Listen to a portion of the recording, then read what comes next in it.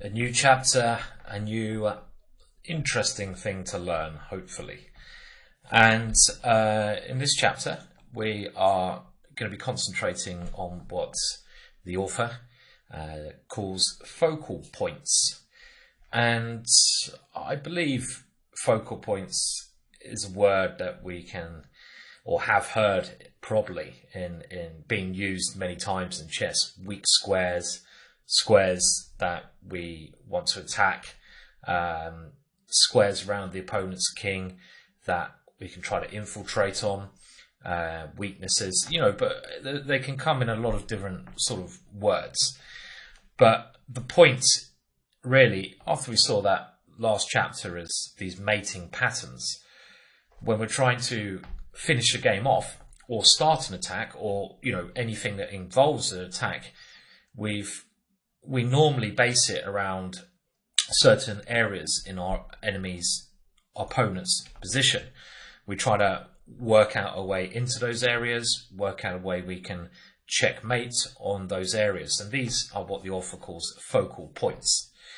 So, one very basic setup, and I'm just going to make some random moves on the board here.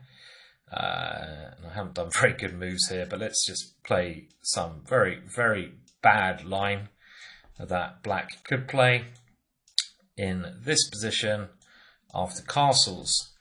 You could say that immediately, by the way, the Greek gift is probably very strong here, but you could also say that h7 in general is a focal point, because we're generally going to try to sack our bishop there, which we might better do now, or we could even bring the queen in there also to create checkmate on that focal point.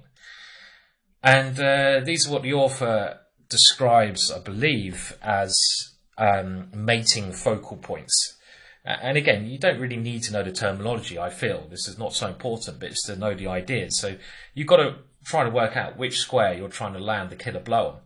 And then he goes on to say auxiliary focal points, which you could say that focal points are connected to the mating square. You could even say, let's just imagine that knight was moved to f8. You could even say that that's an auxiliary square, because the knight is defending on f8 that pawn, if it gets there. And therefore, if you can break down that square, you break down that square. So you have interlinking squares, interlinking focal points. And, this would be a network of squares you can break down. I mean, you could also say this is to do with checkmate attacking focal points. Lots of positional games, I think, revolve around what we could say is outposts, key squares. Key squares is, again, another word we could use.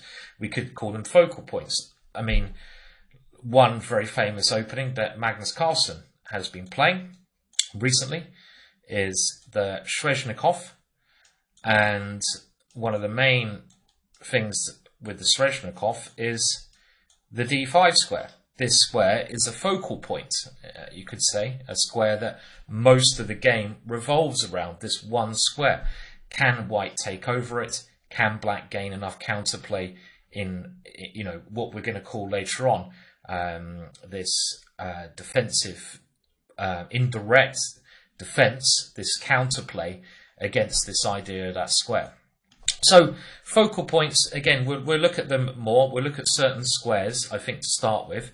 And we're mainly concentrating with the most common setup. That is when one side castles, which happens in most games. So you can imagine the castle king over there.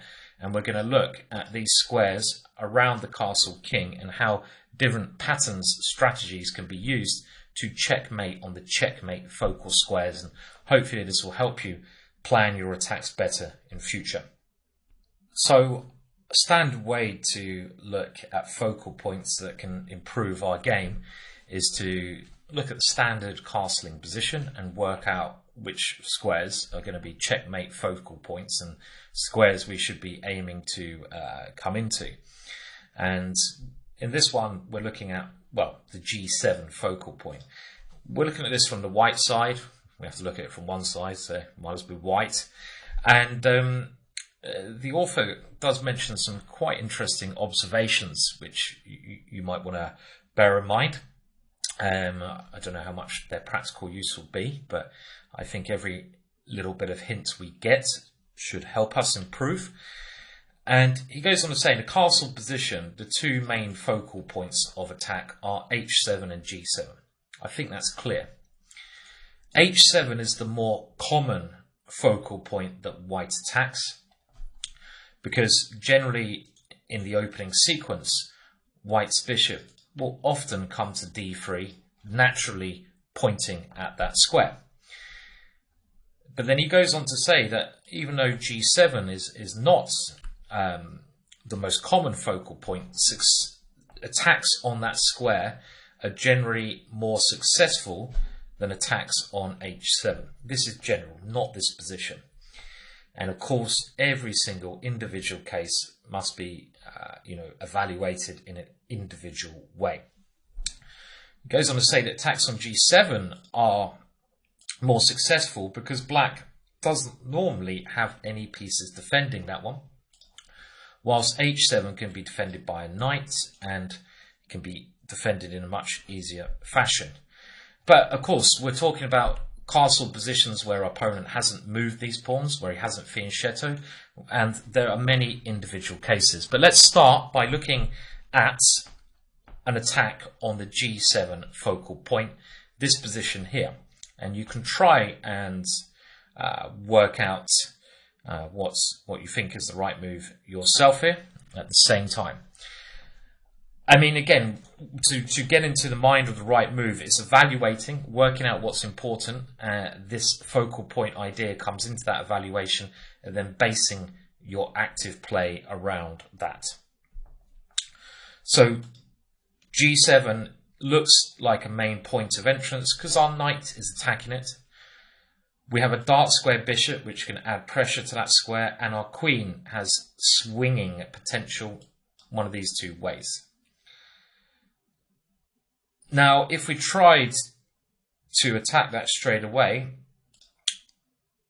well, we'll look at that in a second, but can we go knight takes there? That would be one of the first things. Well, I think it's clear to see we don't need to move the pieces there, that after king takes, there's not really any backup, because black's dark square bishop is a good defender of those dark squares, so this sacrifice is not working. The next thing I'd probably look at is, what about creating an immediate checkmate idea? So queen g3, and this looks like a very tempting possibility, but we'd have to now evaluate black's best defense, which would be g6 here, and white should now try to avoid the main defender of black's position. Whenever you play a pawn move, it weakens the squares of the opposite colour, the dark squares for black here, so you want to get rid of the one defender of those dark squares, play bishop g5. After something like queen c5, knight f6, takes, black is going to play h6 and king h7, getting a defensive setup. And for that reason, the position is defendable for black. Black is only a little bit worse, nothing too serious. The queen can defend along here in some positions. And yes, white has advantage, but it's not serious. So if we go back to the original position, we know that queen g3 is a nice safe option to attack the focal point. There's no point looking at h7 as a point of attack, because we can only attack it with our queen.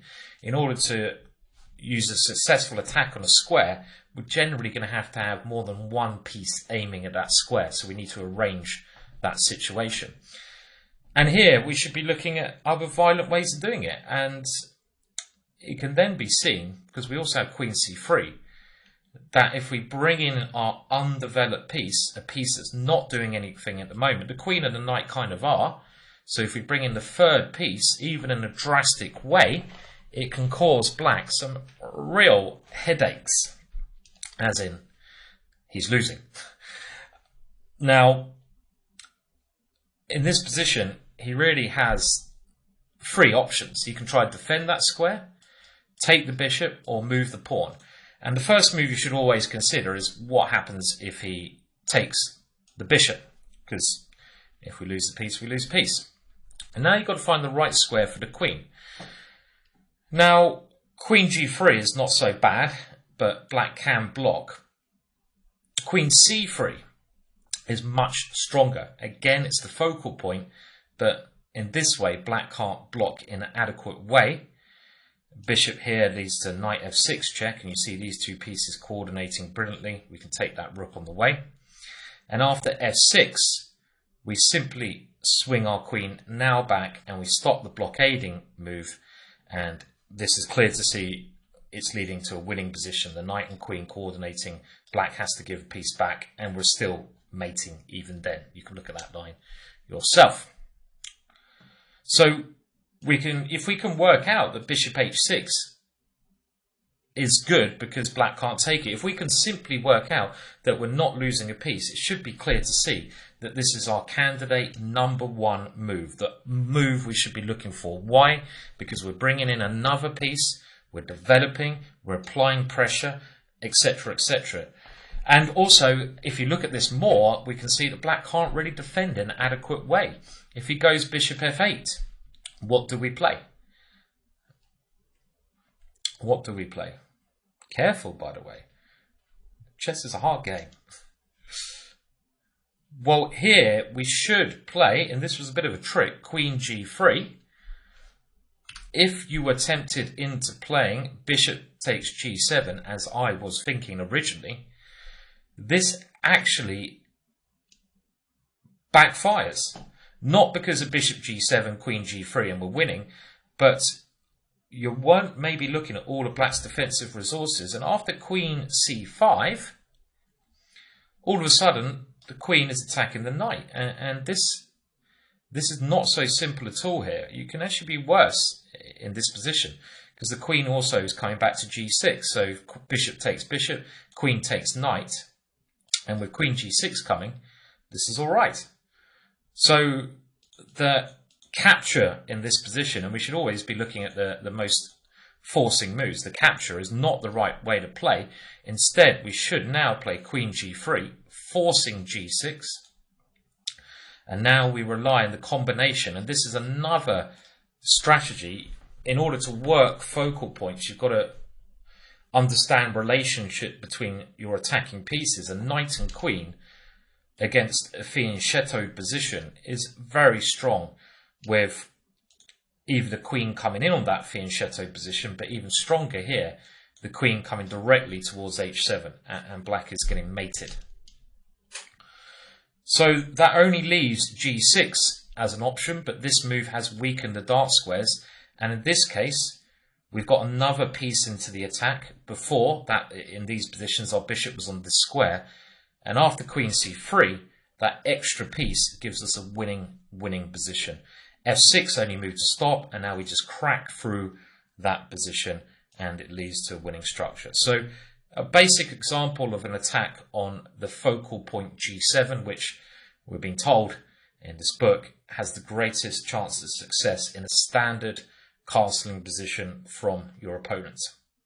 Now, this strategy that we just saw is something which I've seen occur in numerous examples, and this book was written quite a while back now, but still incredibly relevant today. And if your chess knowledge is vast, or even if you want to check these games out, I would recommend, with the same theme in mind, the focal point of G2 or G7, you check out the game Kasparov-White versus Nigel Short in a Tarrasch French, where Kasparov plays bishop h6.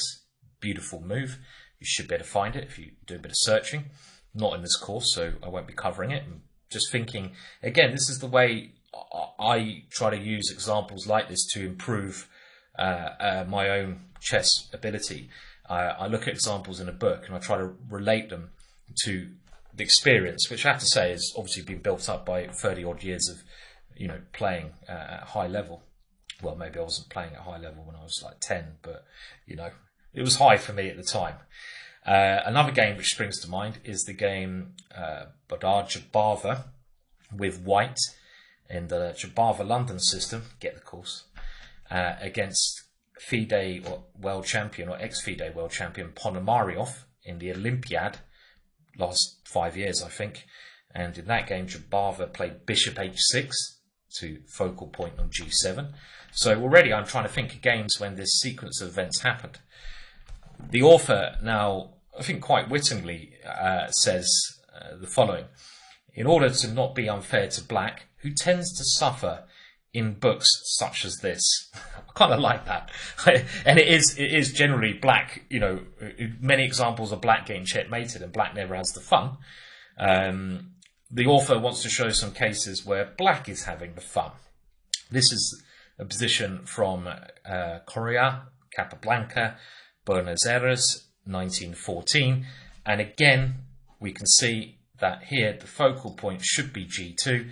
Let's evaluate quickly, and I hope you can see why.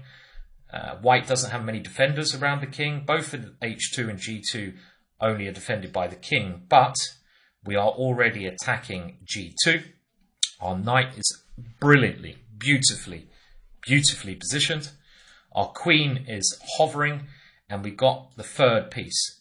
Often 3 pieces is the magic number, and in this situation we have some ideas of trying to come in immediately with this move, but again, if white can play G3, white gets a defensive setup. So this doesn't work, and here, I hope you can see the move, do pause. Bishop to H3, yet again, is the move to work this, and to open up the king, bring the third piece in, to stop the standard G3, because we win the exchange. We should be winning there, and it just breaks through in a very simple manner. Can't be taken because of the focal point of the queen coming in. The only other thing that white can try is knight E3, and now how would you play this position if you were black? Remember, white does have F3, so you need to make sure you do the calculations. But yes, we can play bishop takes G2 anyway. In the game, knight to F5 was played, which is paramount to resigning. If knight takes G2 is played, then this is another standard pattern that I've seen in many games. The author doesn't mention this, but a combination of queen and knight, when the opponent's queen is on this square, so in a discovered check position, and you have this pressure against G2, is a common idea.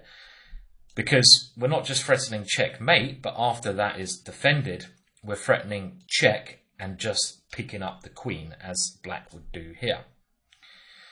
In the game, knight to F5 was met by bishop takes E4. Black also has a good rook, knight G3, knight H3, and another checkmate pattern has occurred here. Nice style by Capablanca, quite a standard checkmate on the G2 focal point here, which is obviously the mirror image to G7. So the author wants to prove that black can have fun in chess as well, and he uses this from the following game in the semi-finals of the USSR Championships 1944. Both strong players here. Bololevsky versus Umivstev. And black is to play, and black has a nice bit of pressure here. And I think it's clear to see that black is the one in charge. Now, the player of the white piece is actually a famous player around this time. Very good player. So this was a good victory for black. But again, if you look at the position, evaluating, opposite side castling, boom, attack. Where is black's attack? Well, it's not really on H2, is it? Because white's defending that by 2 pieces, and you can't get into that square with a heavy piece, a queen.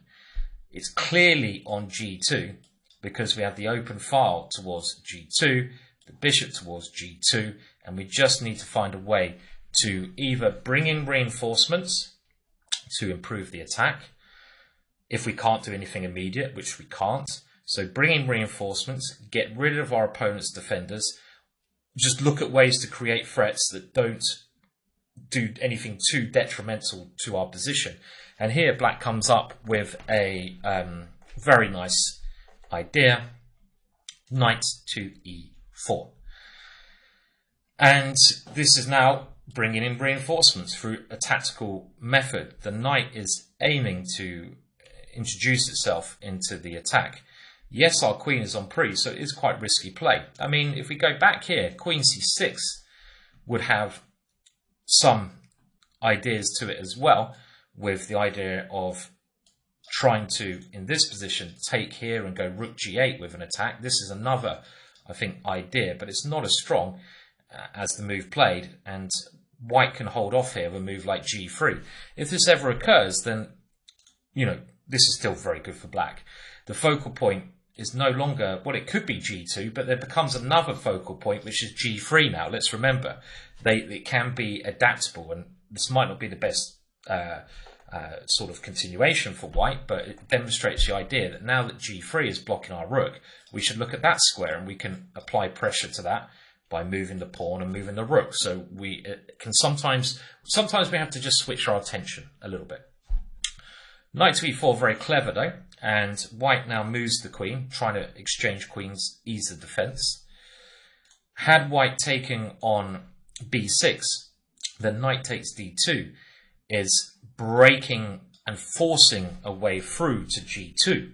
You're literally getting rid of the pieces that are in the way of that square. And after this one, the attack on g2 is going to be crushing, and the rook can come around to h1. Here we see our bishop on d6 plays a very useful role in the position. Another very funny checkmate here, which I've seen used just to demonstrate checkmate patterns. This is one. And there is another one here. Can you see the other one, which I've seen before, I've used before? This one. And if king takes, we have this other rook and checkmate next move. This is another one to bear in mind. So now after after queen a5, black increases the pressure. Very clever move. And this is now using both the bishops and both the rooks, and white is not wasting any time. Again, it's time. When you're attacking, you want to play it as quickly as you can. Don't waste any seconds. And this is a great move because now, again, if this is played, black has a very pretty checkmate. Can you see it? You should be able to work this one out. Very nice, using those cannonball bishops along the long diagonals. Rook takes g2, and now rook takes h2. And okay, g2 is the main focal point, but the squares around it are connected. It has to be captured, and now beautiful move. Knight takes f2, double checkmate, double points. You get 2 wins for that. You should do, really. So that's the threat. So after here, white goes knight to e1 to try and defend the focal point. But black's not having any of it. Rook takes g2. It's now time to break the nut. Knight has to take, and now we've got to get this knight out the way. So knight to d2, threatening this checkmate pattern of taking and coming to h1. The bishops really are like deadly archers on these diagonals there, cutting towards the king. Queen to d5, desperate. And the funny thing here is actually good we've got our queen facing off against the bishop. Normally in this game of chicken, remember the game of chicken where you have 2 cards? Well, I've never played it, but you have 2 cards. I think it was in Mad Max, and they're both driven by lunatics, and they drive straight at each other. And the first person to flinch is the chicken, or the sensible person, I say. Well, this game of chicken here between the bishop and the queen, normally the queen will have to retreat because it doesn't want to get involved with a mere bishop. It's much above a bishop's rank. But in this position, if white plays f3, which he'd like to play, black wins the game of chicken because you've got this killer move, the pin on the knight. Now, what else can be played here? Not really anything else. It's unbelievable. This is the only move. And now bishop takes d5, and we're threatening the same checkmate, the rook coming around. White tries desperately, pawn takes d5, but now just queen takes b2. And this is also something that you'll find occurs quite frequently. You start a very strong attack which your opponent desperately defends, you do not checkmate, but you get some tangible gain. Here, big material. You still have to win those games. It's down to you, so don't relax. When the attack succeeds, you have to polish off the games. And in this position, black does that actually very simply by keeping the initiative going. And here he wins more material. White has enough. But that was, I think that's a lovely example, that one, of the power of the open file, rooks and bishops combined. Rooks and bishops combining, very dangerous in certain situations.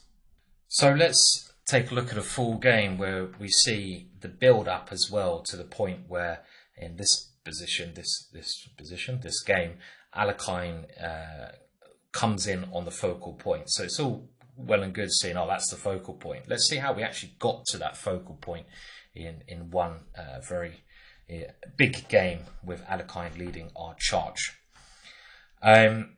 So standard opening stuff, and nothing to report too early on. And here Alekhine plays bishop c5, and this I think has a couple of names. It's either, I think a while back the original name was the Muller variation. Muller, like that, reminds me of Muller Rice. Nowadays I've seen it called the Archangel variation. Also interesting to see such greats as Alekhine playing it, because bishop e7 combined with b5 is the more standard rule. Lopez played many more times. Kasparov, Karpov, nearly every world championships you see this, or used to. And bishop c5 was a bit rarer because the bishop was thought to be a bit more exposed here, and you're in a pinned position quite often. But it's funny that, Alekhine plays it here, and now there's a bit of resurgence in this. Caruana used it in the candidates. Other top players have been using this move more regularly. The bishop is more actively placed here, but it's a bit more risky to play in this way. Now, knight takes e5 is now played, and this is a variation which doesn't offer white really anything, but you've got to be a little bit aware of how to play this. There's still some danger here. This is a standard idea when the bishop goes here, as I'm sure most of you know. Knight takes e5. The continuation with white playing d4. And now the author gives the move knight takes e4 as exclamation mark. But again, this shows you how theory has moved on. In actual fact, nowadays in this position, b5, as the latest analysis by the chessboard team has indicated, is the way to equalize. Actually, knight takes e4, the move played by Alekhine, gives white a chance to gain a big advantage. We're not that interested in the opening, but it's still interesting to see how things develop. And after bishop b3, black should now take on d4, queen takes, and just play d6. And black has lost the bishop pair, but some nice central knights, the bishop coming to this square, and there is a big idea, and this is a very standard trick in these positions, c5, c4, winning a piece, which will gain a tempo at some stage because white has to defend against that. So this is the modern treatment. Now after knight takes e4, rook to e1 played. The bishop comes back to e7, rook takes e4, knight to g6. And here white plays knight to c3, which looks standard enough.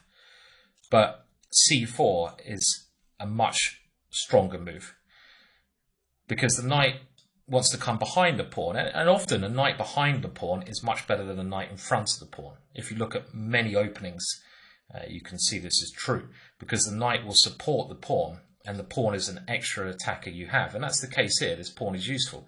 And with the knight coming here, the bishop transferring to this diagonal, a space advantage for white. Yes, it's a symmetrical pawn structure, but these pawns are very dangerous. White has a very nice game. Black quite solid, but a bit uninspiring. After knight c3, Alekhine castles, and now knight d5. This is white's aggressive idea. bishop d6, which looks a bit uncomfortable, but often this way of moving the bishop, as long as you can play c6 and move the bishop back and go d5, is playable.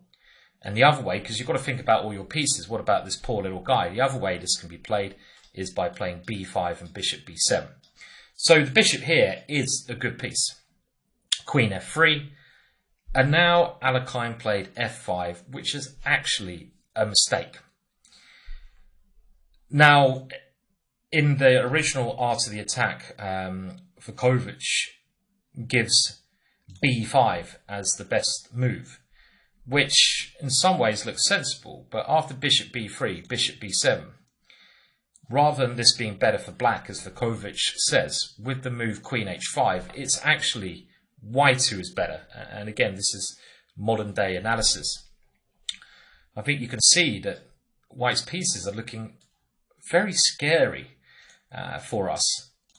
The main idea would be bishop g5 when f6 would run into this bishop, and we can easily lose quickly by moving our queen and then some white piece coming into that square. So this is very scary, so I can see why this is bad. Now the way you should play this is, again, as the chessboard guys have worked out, is with c6. This way of doing it. This is the other way you can get the bishop out. Get rid of that annoying knight. I don't like pieces in my own half of the board, especially when they're such powerful pieces in the centre. Go away. Get rid of it. And then you can just retreat the bishop and play d5. And black is better. Now against f5, white now played bishop b3. Good active play. And Vukovic, how do we say that? Vukovic playing very well so far.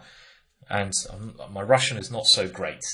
Well, it's not there. You know, it's so bad it's not even a concept. And here black has to get his king out of this with an inferior position. It should be pointed out that he can't take on e4. Hopefully you can see why. This is actually a version of the, what was it called? The mate we saw. Can you get it for me, the name of the mate in the last chapter? I hate it when you can't remember words. It's after an opening variation of the player. What is it? What is it? Calm down, you will get it. It's a version of the mate on the H file. I'm going to have to cheat. Oh, his name's not coming up now. Great. I can't find his name. It's a variation. Okay, let's show you the mate first. Knight e7 check, knight g6. And this is a mate where you stop the king and you come in on the H file. And who was the guy? It's a variation as white, and we saw it in the checkmate section only a couple of videos ago. Give up. you can help. You're probably screaming at me now I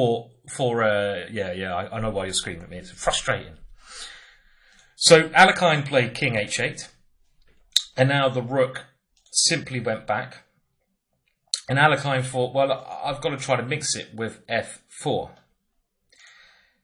In actual fact, queen h4 might just about be all right here, and why not? You can grab this pawn. It's quite risky because now white can get another bishop on the diagonal and the rook coming to e1, but the computer indicates it's just about okay for black. f4 played, and now c4. The author claimed this is a bad plan and suggested bishop d2 instead. But this, as John Nunn has shown in some analysis with c6, simply doesn't work very well either for white.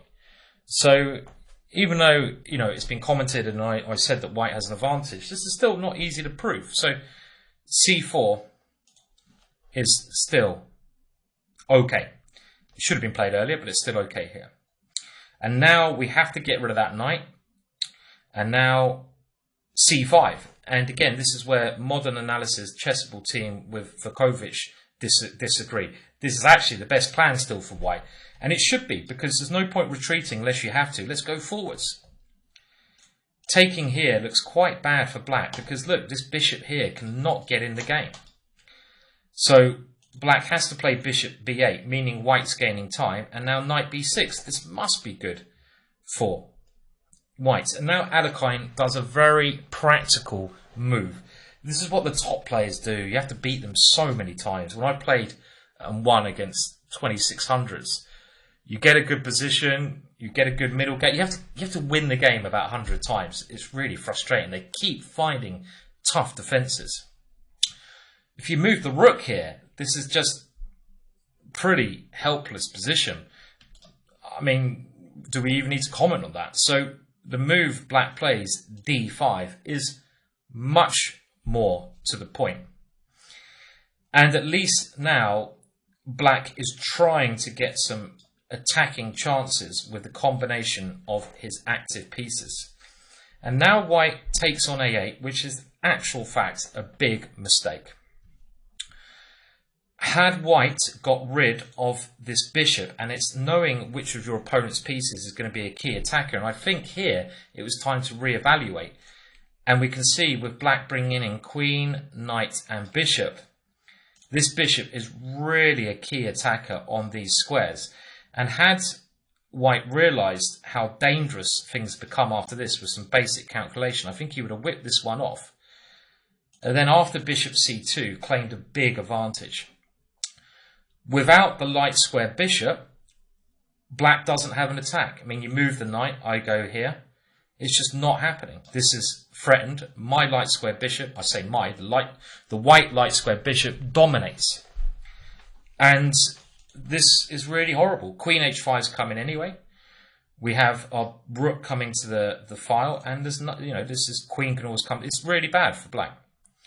So knight takes a8 was not sensing danger, and after knight h4, Alekhine gets some initiative. Big initiative. One move. Queen c3. Queen h5 would run into g6 and then knight h5. And the queen has to go to h3 and knight g3. You see the power of the light square bishop in action. One thing, by capturing it, would have stopped. But after queen c3, f3 is opening up everything. And just that one move really turned this game around. We can see g2, the focal point, but also h2. Rook e5, black tries to at least give some material back to stop that one. Black takes it, he doesn't need that bishop anymore. And now knight takes g2. Now what was better, knight or pawn takes? And if you think about this logically, one of those moves blocks the g file and the other move keeps the g file open. Taking here blocks the g file. And now g2 would not be a focal point of attack anymore. Instead, you could say f3 is, but it's not clear how you're ever going to arrange that with white being able to defend. By taking the knight, as Alekhine does in the game, he keeps g2 as a focal point because he can still hope to get a queen in on that square. Queen d4. Now, knight to f4 is actually even stronger here. And the point is bishop takes, the queen can come in. But queen d7, trying to come in on the focal point, is also very good because white's queen can't get over to defend. e6, queen takes e6, nasty threat. Bishop d2, and now it comes to g6. Again, keeping the focal point, and white is simply lost. Nice line, if king there, try and rook to g1, what should you play? Probably more than one move. I like a move which threatens to come in on the focal point and stops rook g1, knight to e1, blockading the rook's defence. The game ended with bishop c2, but this is the same as resigning, and, well, now it's equal material, but white is still defending, and this is a very nice way to win. I mean, it's nice to see some flash moves at times, isn't it? And, well, okay, he's not going to get checkmate through this, but this is the next thing we talked about. If your attack develops into a big material gain, then that is also good enough for victory. It doesn't have to always be checkmate, does it? It can be big material gain. And after rook takes g6, Alekhine calculated that the following variation, which is forced, leads to that precise thing, and white resigns because he's exchanged and a pawn down. Not good enough against Alekhine, that. Nice play from Alekhine there. Smooth, nice, silky victory. Well, the game we're going to look at now is another Alekhine masterpiece. He had a fair few of them, that boy. This time against Lasker.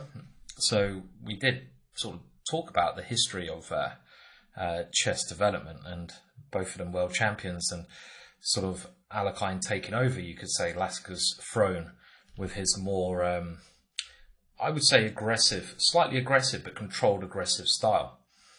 And Alekhine with the white pieces in this game. So another Queen's Gambit. We will have a lot of these in the course, especially this position. It is analysed, the middle games are analysed in some depth. And the continuation that seems to pop up most is certainly this Rook C1 move. And I think nearly all games we see in this line end very well for white.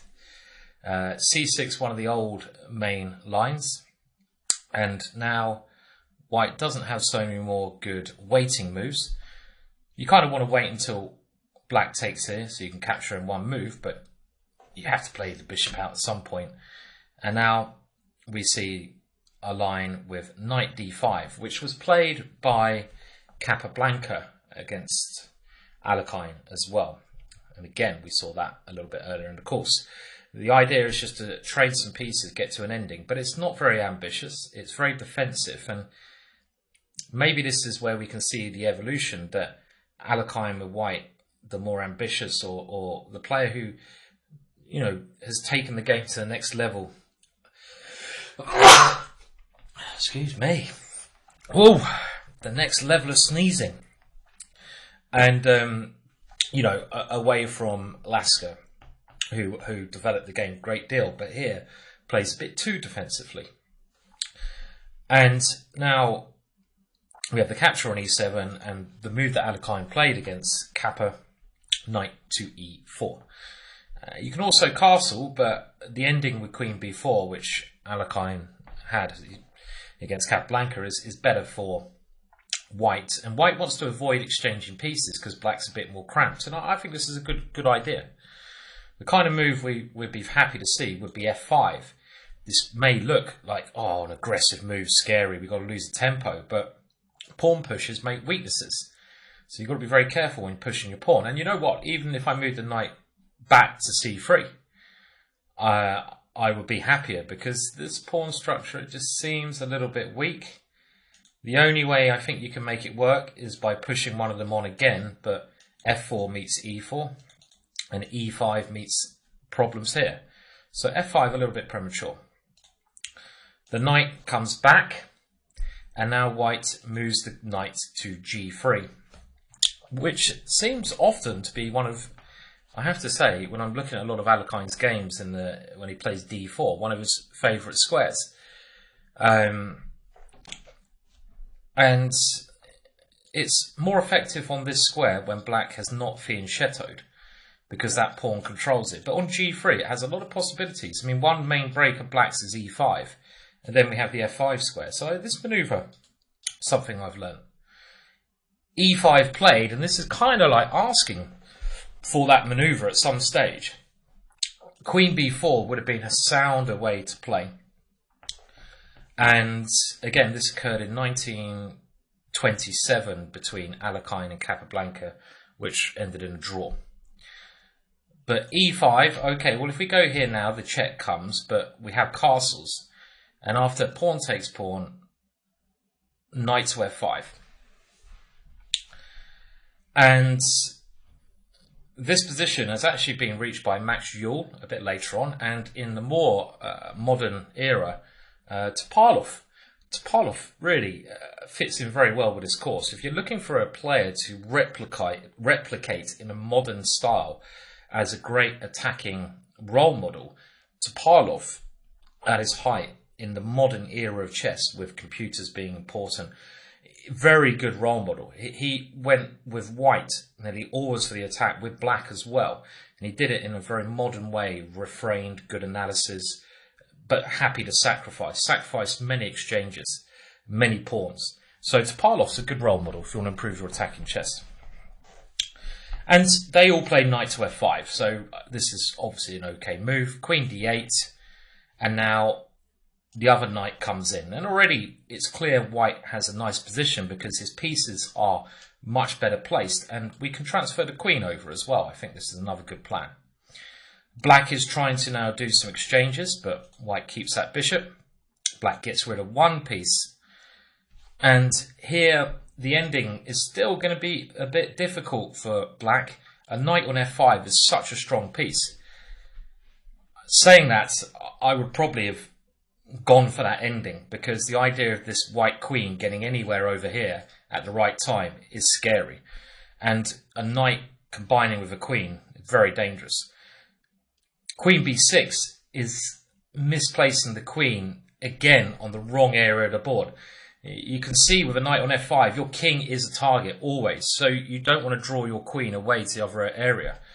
Another way that black could have played is if go g6, and after the knight moves, get that knight away from your king, and now put the queen on e7. And this is a much better defensible position. Maybe white would now try to get pawns to these two squares, but it's defendable. Queen b6 is wrong, and now the white queen is allowed in to this square with tempo. That knight has to go to a passive square. Knights sharing squares, Rowson talked about this, not pleasant, and now black is in a rather unenvious situation. Rook on fd1, and this is typical Alekhine, just getting all the pieces into the game. Rook ad8, and now the decisive battle for the focal point. There's no sacrifices, but the pressure increases. With a knight on f5, g7 is really weak. g6 forced, and now the white queen gets into those newly weakened dark squares. Light square pawn moves, the dark squares become weak. King to h8 is as good as anything, at least trying to attack the knight. If queen b5, trying to use some pin here, then white has a check, and he can now transfer ideas, and he can swap queens with the intention now of taking on f7. And this position here, with rook c7 coming in, is going to be very bad for black. Maybe black should have still tried this, because with the two knights there's some chance they can get tricky later on, but the pawns are going to suffocate, and white's rooks are very good. This is one situation, they do say the two minor pieces, like two knights, are better than a rook. That's very true in the opening and middle game, but when it gets in the ending, the rook is actually normally better than the minor pieces. It has much better range when the pieces can not always work so well together. So white clearly doing very well there. King h8, the knight now comes into d6 with a nasty threat. King g7, and now we've got to increase the pressure here with white. We've kind of done as much as we can with our pieces, so we need to look at ways to improve our pieces and increase the pressure on black's position. Black's position very bad. He has a lot of squares that he's forced to defend here. And the next move, e4, is a very nice move. Not only threatening e5, but also a standard swing of the rook to join in the attack. And now knight to g8, trying to defend, but here comes the rook. And you can see g7 is no longer the focal point. And again, this often happens. You pressurize one point, you make your opponent play a weakening move, and then you have another target to attack. And here f6, knight f5, and we have maybe one of the most famous little tactical endings here in a game. Can you see the move that's featured heavily in numerous tactical books? Queen takes g6, and actually now we go back to using g7 as the focal point. It never really moved away g7, but the g6 pawn became something we had to get through all around. And again here, this is a very, I think, appropriate end, because the threat is unstoppable. If you take the queen, the rook swinging rook is going to mate. So very nice game from Alekhine, and we've looked now a couple of games with G7 as the focal point. We will now move on to H7, which features quite heavily throughout this course, also in the next chapter as well. So we're moving on to a new focal point of the attack, not G7, but H7 and H2 in some situations. Now, the reason an attack on H7 or H2, let's stick with H7 as in this example, is less successful. Well, this is what the author says. Not sure I 100% agree, but the reason he gives is a very sound reason, is that the king has a much easier escape route, and the way of the king just coming towards the centre like this, and his extra idea of coming to f8, when we compare a queen maybe trying to checkmate on this square or on this square, that extra option means that the checkmate ideas are less than they are on the G7 square. If we try to come into G7, the black king has nowhere to run to. On H7, it can often run this way. But he does go to point out that it's more common to start an attack on H7 because that's when white develops.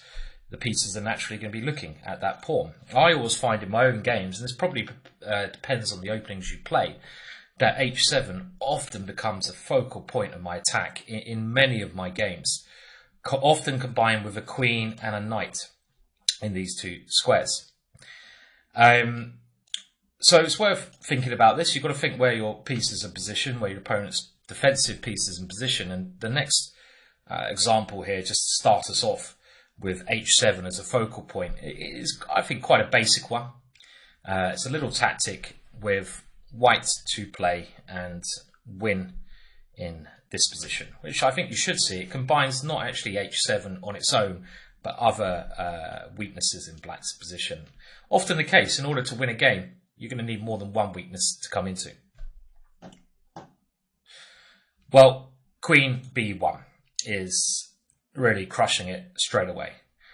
And the other weakness is the back rank, knight on G5, very well placed. Obviously, if queen takes queen, rook takes theirs, checkmate. And if black takes the rook, we take the queen. So the only way to try and defend here is, let me just flip the board back, I don't know why it sometimes does that, is queen, it's done it again, annoying. Okay, one more time. After queen b1 is queen to d7. And this is maybe the only slightly tricky position when we have to use the h7 square. And in this case, we are aiming to take away the king's escape routes. So what move is the winning move now? Pause again if you need. It's the very nice move, rook e7. You're trying to blockade this route. If instead you played rook e8, well, now we see the king's most standard way of escaping this focal point. It just comes out, and white's attack has come to a dead end here. You've thrown away the win. But if you play rook e7, there's no way to stop the queen slipping into h8 now. It's impossible. Whatever you take with, the queen's coming in there. So there we go. So that is some little things to bear in mind. Let's now move on to another game where we see the h7 square be a real focal point of attack. This is a fragment of a game between Szabo and Kotov. And what we're sort of concentrating on this game is the way, the idea of stopping mainly the black king coming this way, but also just following through with our attack of the focal point, h7, and those pieces of our opponents and ours which are, you know, doing their job on that point. So doing something connected to that point. And here you can see the knight on h7 is stopping our queen coming in.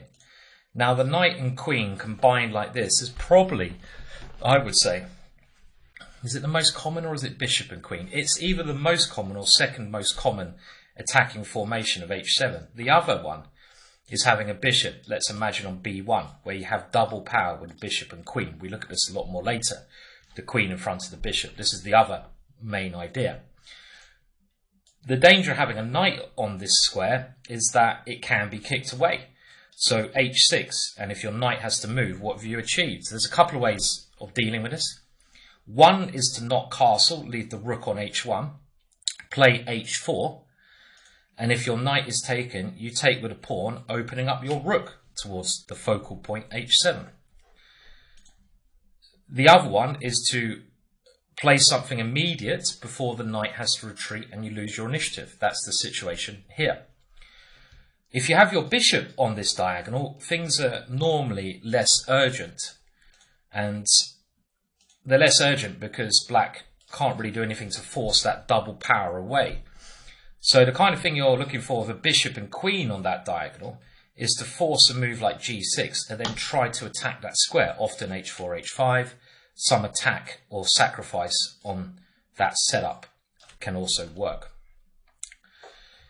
Now here there is a way we can try to get rid of the piece defending the focal point, a simple diversion tactic which I'm sure you will all see. So have a go at trying to find the move here. Pause if you need to. You should all find this one. We want to get rid of the defender of the focal point. If we have to move our knight, things have gone wrong. Knight d5. Creating a deadly threat, unleashing another bishop towards black's king, and most importantly, just threatening to take that knight. And it has to be taken. It can't be taken with a knight because of queen h7 mate. And now we just play bishop f6 and black's position becomes hopeless, with any capture on f6 leading to checkmate on the focal point. And the only chance is bishop f5, but it is inadequate because queen takes f5 and black now tries, for example, g6. I love the way the author, good old Vladimir Vukovic, he you know, even in these simple positions, he could have stopped, but he likes setting up even puzzle-like scenarios where the tactics even keep going on. And this is one case here. I mean, he could have stopped around here and just said, you know, bishop takes queen and this position is just winning. As it is, you're a rook up. But he likes the artistic side of it, hence the art of the attack. And he gives queen takes g6, which is very nice. And after pawn takes, bishop takes d5, and here, now bishop takes e7. And white's winning because the serious material advantage again. So, of course, there are cases where we just switch the idea around and you know, black's focal point on h7 becomes white's focal point on h2. And the following position in such a case looks like it's been a king's gambit here, some crazy g5 line. And black would love to play g3 and then queen h2. This is the main attacking idea. Sometimes bishop e5 followed by queen there. Without the queen h2 idea here, it's not clear how black is going to get any attack going. So we've got to try to arrange this one. So how do we do this? Well, the only piece stopping g4, and again, this is tracing back the connections to the focal point. This is one way of looking at a position in an interesting way. I mean, in this case, it's not a piece defending the focal point, but it's a piece stopping us coming in on that point, and it's the rook. So the rook is the key piece there, stopping g3, stopping our plan. So clearly, the rook is our target. So bishop e5, a natural move to try and get rid of the rook. And after d takes e5, we're going to achieve that by taking with the pawn. Now, after bishop e5, did white have any other moves? Well, d4 was possible, but we can now continue with our intended plan. We simply get rid of the rook, and we're now able to play g3. I mean, if you imagine white was able to play g3 here, white is probably better. We don't have an attack, and our king is in some trouble. But after g3, we have the entrance, and we can use that one let's say, like this, and we can develop, and we're generating very strong threats. And after some sequence with our bishop coming in, and now our queen diving in, we can see that white has to lose a piece, and with it, the game. So white kind of forced to play knight takes e5, but now, of course, we take with a pawn. Now, a lot of people might have been, thinking they'll bring the knight in. The knight's going to come in. Wow, yeah, into the king. Hey, here we go. Getting a bit carried away there. But that's not the essence of the attacking position here. It's h2 and g3. So taking with a pawn is the way to do it. And after rook f7, other options even worse. White might as well go active. g3 is now playable, and this is the key point. There's no point playing castle's queenside. I mean, your king is not in any immediate danger, and you're losing an important tempo. Some positions, the important thing in some positions is not going to be to get your own king safe. It's going to be to checkmate your opponent's king and finish the game. No reason the castle, you lose the tempo. Let's go g3 and just get on with it. We're threatening a series of checks here. Like the focal points in the last examples, our opponent's king does have the opportunity to run away, but it's going to become exposed for doing that. And now after queen f3, can you see another clever move here for black?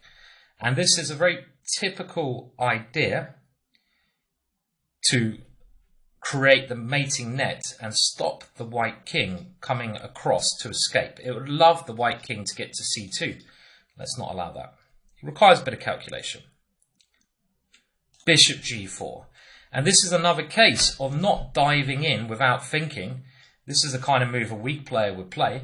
Patzer sees a check. Because after playing this, and after doing this, what have we done? We've actually helped white achieve what he wants to do. Our queen is given a couple of meaningless checks, and the opponent's king is escaping. Got to be very careful when you check. You only check for a real purpose, like accelerate your development, or you're forcing your opponent's king into a bad position. Some reason behind it. The move bishop g4, much more to the point, and we wouldn't be able to play this unless the queen remains on its square. Now white has to try some checks, and after king d7, there's not enough checks. The black king is actually well defended.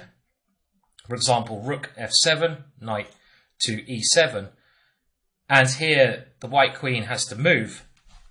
And this is the only way to try to hold on, because now the queen comes back to g1. And this is another case of not checking too soon. Because if we got excited and went here, after queen g1, it's game on again. So don't rush your attacks. We can think here, what is my opponent doing? Well, he's not really doing anything. He has one annoying check. I can always come back to this square there. His only defense is coming to f1, so the f-file is part of the process. I want to get a piece in the game. Let's get the rook in. If a check occurs, my king slips back, and after something like king f1, I can simply take here, and in this position, play rook f8, winning the game easily. So again, we see the focal point there. Little tips really is to trace back the square that you're trying to get into on the checkmate focal point when you get to that stage of the game, which is a bit later on. And in this case, it was actually the rook. And see how you can try to get rid of those key linked in pieces. Like a bit of coordination with the squares come to life then. And you will become better attacking player. Now, as a final sort of demonstration of this attacking idea on h7, and we're going to look at it again from the white side here. We'll go for the h7 square. Vladimir uses an opening variation, the Muller attack. Muller! And this first video is just going to show the build-up, a bit of opening theory for a change. Again, I'm going to go through it quite quickly, but we're going to get to the key position, and then we're going to look at some different lines in that position. Obviously, since the book came out, theory has progressed with computers, but it's still relevant to today. So the line in question is a line with bishop c4, c3. So the Italian was c3, knight f6, and now d4. And even nowadays, this is a very dangerous line for black, because white is forcing issues in the centre, playing with tempo, and black has to be careful. Black has to now gain some time. If he starts retreating, white's position and idea has been a complete success. So he has to take and gain a bit of time with this check.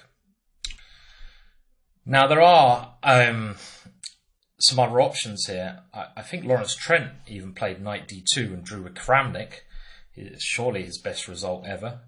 I'm joking, he's a great player. Why does everyone have a dig at Lawrence? He's a really nice guy. He's a very talented player and he does a great job. So, you know, all credit to him. He's not a GM though, is he? But knight c3 was the old main line, because this doesn't interfere with the development of the bishop. And now theory gives knight takes e4, castles. And here, the main line of the Müller is taken on c3. And now d5, and this is sort of the idea that you stop black from playing d5, and you're trying to use your development advantage. As we saw right at the start of the course, the e file is open, so black's king could be a target, and we're going to win a piece back. If you had taken here instead, black gets d5 in when he's actually very safe here. He's going to get castled next move. So d5. And now the line we're investigating is bishop f6, rook e1, knight e7, rook takes e4, d6. You can have a look at the theory aspects of this yourself. I don't want to do an opening report. The course is big enough as it is, so it's a middle game course. You know, the openings are there on Chessable for you. And now, quick development, get the pieces in. And now, after knight takes g5, the line we are looking at is castling. The author gives h6 as being best when he says white is struggling for equality. And the point of this defensive move is that white tries to pile on the e file. Black has a very clever defensive strategy in this position. Can you see it? What is the defensive strategy here? Because white is planning to get a very big file. It is bishop e6. And if we take it, f6, black has blockaded not just the e file, but the diagonal. And he's blockaded it with his opponent's pawn, which is a very clever idea. But anyway, we want to get to the position where white now comes into the focal point h7. With knight takes h7, the queen swings in, and now rook to h4, and h7 is one, h8 is another focal point. They're both mate. And we're now going to look at this position a little bit more depth to see if black can defend. White is trying to checkmate. Is it defensible? And the thing is, as we've seen in a lot of positions, the main defensive technique for black is what we're going to look at later and call the self-defense king.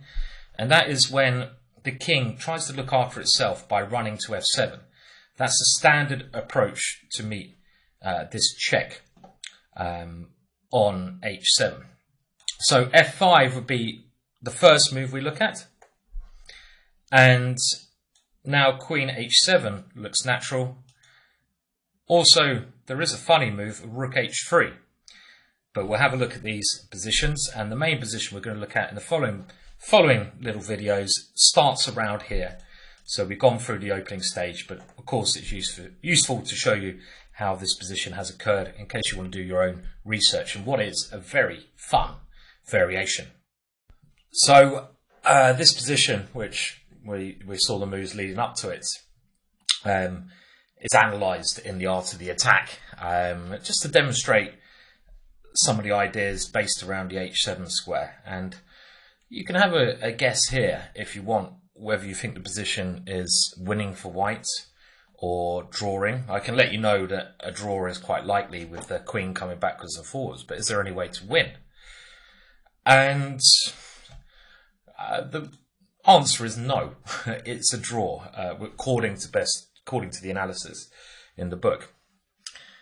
And I think we can see this quite close, because obviously white has two very big pieces attacking a king, which is quite cut off, and potentially another piece coming in. But we can also work out that with this important escape square, black has very good chances to survive, and this is the key point of the h7 attack. We can also add that black has a couple of pieces defending, which are quite handy, and it's only two pieces attacking. 3 would often be the magic number.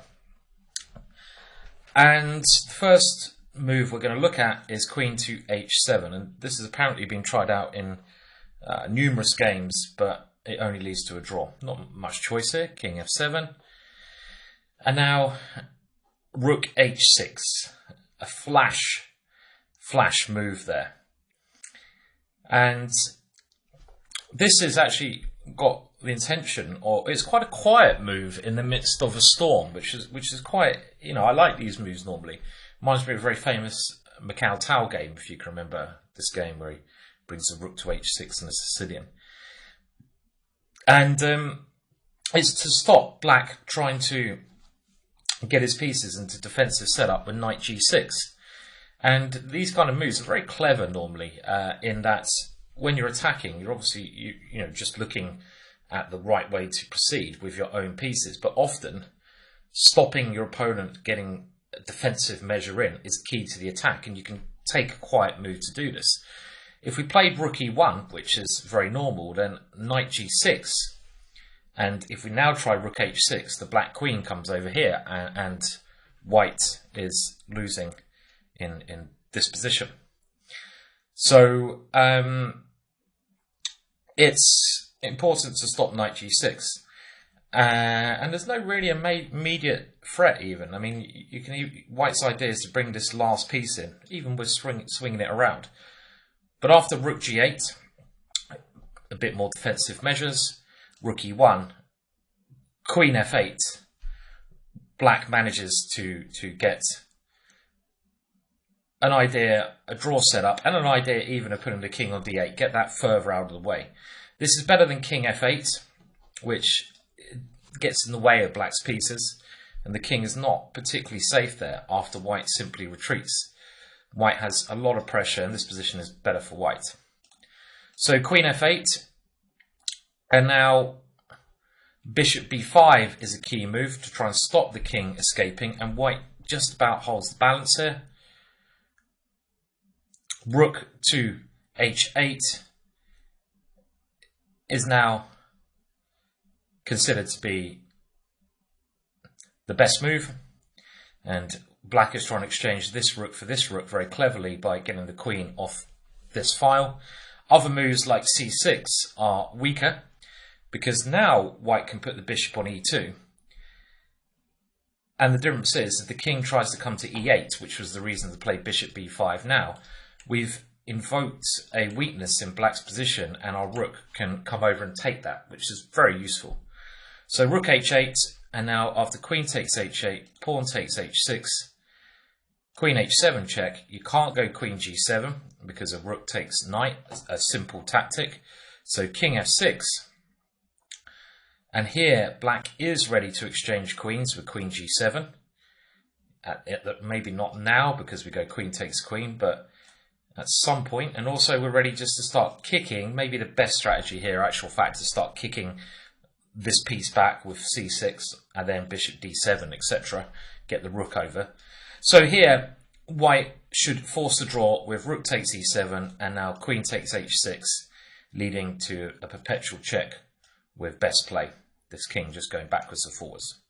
So an interesting draw there, some interesting little techniques there, but it seems that black has enough, certainly in those lines. Let's look at some other tries that white can play in the position. Going back to this key position where we just looked at the probably most forceful move, queen h7 check, Keres found another continuation here, which is enough for a draw, or so it seems. Even though with new computer analysis that may not be true. And again, this is why these opening variations, you know, it's totally different game nowadays. You see how much work has been put into this position. Keres analysing it for serious amount of time, other people. You put it on a computer, even one on your phone, 2 seconds you get the answer. It's how chess has changed. And you've got to use that yourselves. Don't use the computer to tell you how to play your own games. It's not going to do that. People get far too obsessed with their computer. You won't ever get better. But if you do use your computer, you know, if you're doing a bit of opening study like this, you can save yourself hours of work, but only when you're trying to memorize lines, etc. I'd say computer is useful, not to tell you your plans. It can't do that. That's what these videos are for. And these videos are hopefully going to get you to be a better attacking player. And Keres's idea was rook to h3. And this has the advantage of allowing a rook swinger, mainly, after a check. And also, there's some ideas with g4. Some ideas with rook e3 as well. But Keres's original assessment, which was all moves apart from f4 here, lead to a big white advantage, are not even true. 21st century computers say that bishop d7 and even rook e8 keep the balance. But they do claim, unlike Keres, that the position is equal, that black is better after f4. And this is a very normal move. I mean, it's a bit like that Alekhine game we had, where the bishop is now released, the knight has this square, the rook has this square, and we're threatening the rook on h3 at the same time. So white has to try g4 here, otherwise nothing makes sense. And this move has stopped white's rook occupying these squares. And now black takes on this square, and we're attacking the rook again. Given a chance, we will cover our focal point by playing bishop f5. This is a very often hidden way of covering the focal point. I've fallen for that before. So we have to check. And now queen h5 is the best chance at getting a draw. When king g8 would get the draw, but latest developments have shown that g6 is better for black. And again, this is just going to show you the difference in analysis going to the days of Keres to the modern era. With queen h7 check coming, king here, rook takes g3. Keres says that white stands better, which I can understand from a point of view. It looks very dangerous. And this is the difference between modern era chess and the games of the world, you know, the world champions in the Keres' era. With the rooks coming over here, it looks very scary, open file, but the computers can find and tell you the real assessment. And either with rook f7 or even queen d7, they come to the conclusion that black is just winning. That's how great they do. You can try it yourself. I mean, to be honest, if I was playing this position, I want to work out why these moves are winning for black. I wouldn't just stop there. We can try to work it out ourselves. I guess some check, and now king d7 even. And we have, against the check here, a piece coming to f5. And I want to go c6 and run away, or do I, because my rook? I mean, even here, I want to, you know, do my prep. Maybe the idea is queen f8 and king d8. Okay, so what I'm doing here, I'm trying to work out the computer's idea in human terms. So if you do use a computer, try to do it in human terms. So this rook h3 move, modern assessment, not good anymore. A couple of other ideas have been tried. One such idea is bishop e2. And again, all these tries are quite logical. The bishop is trying to come to h5. White is trying to get the third piece into the attack.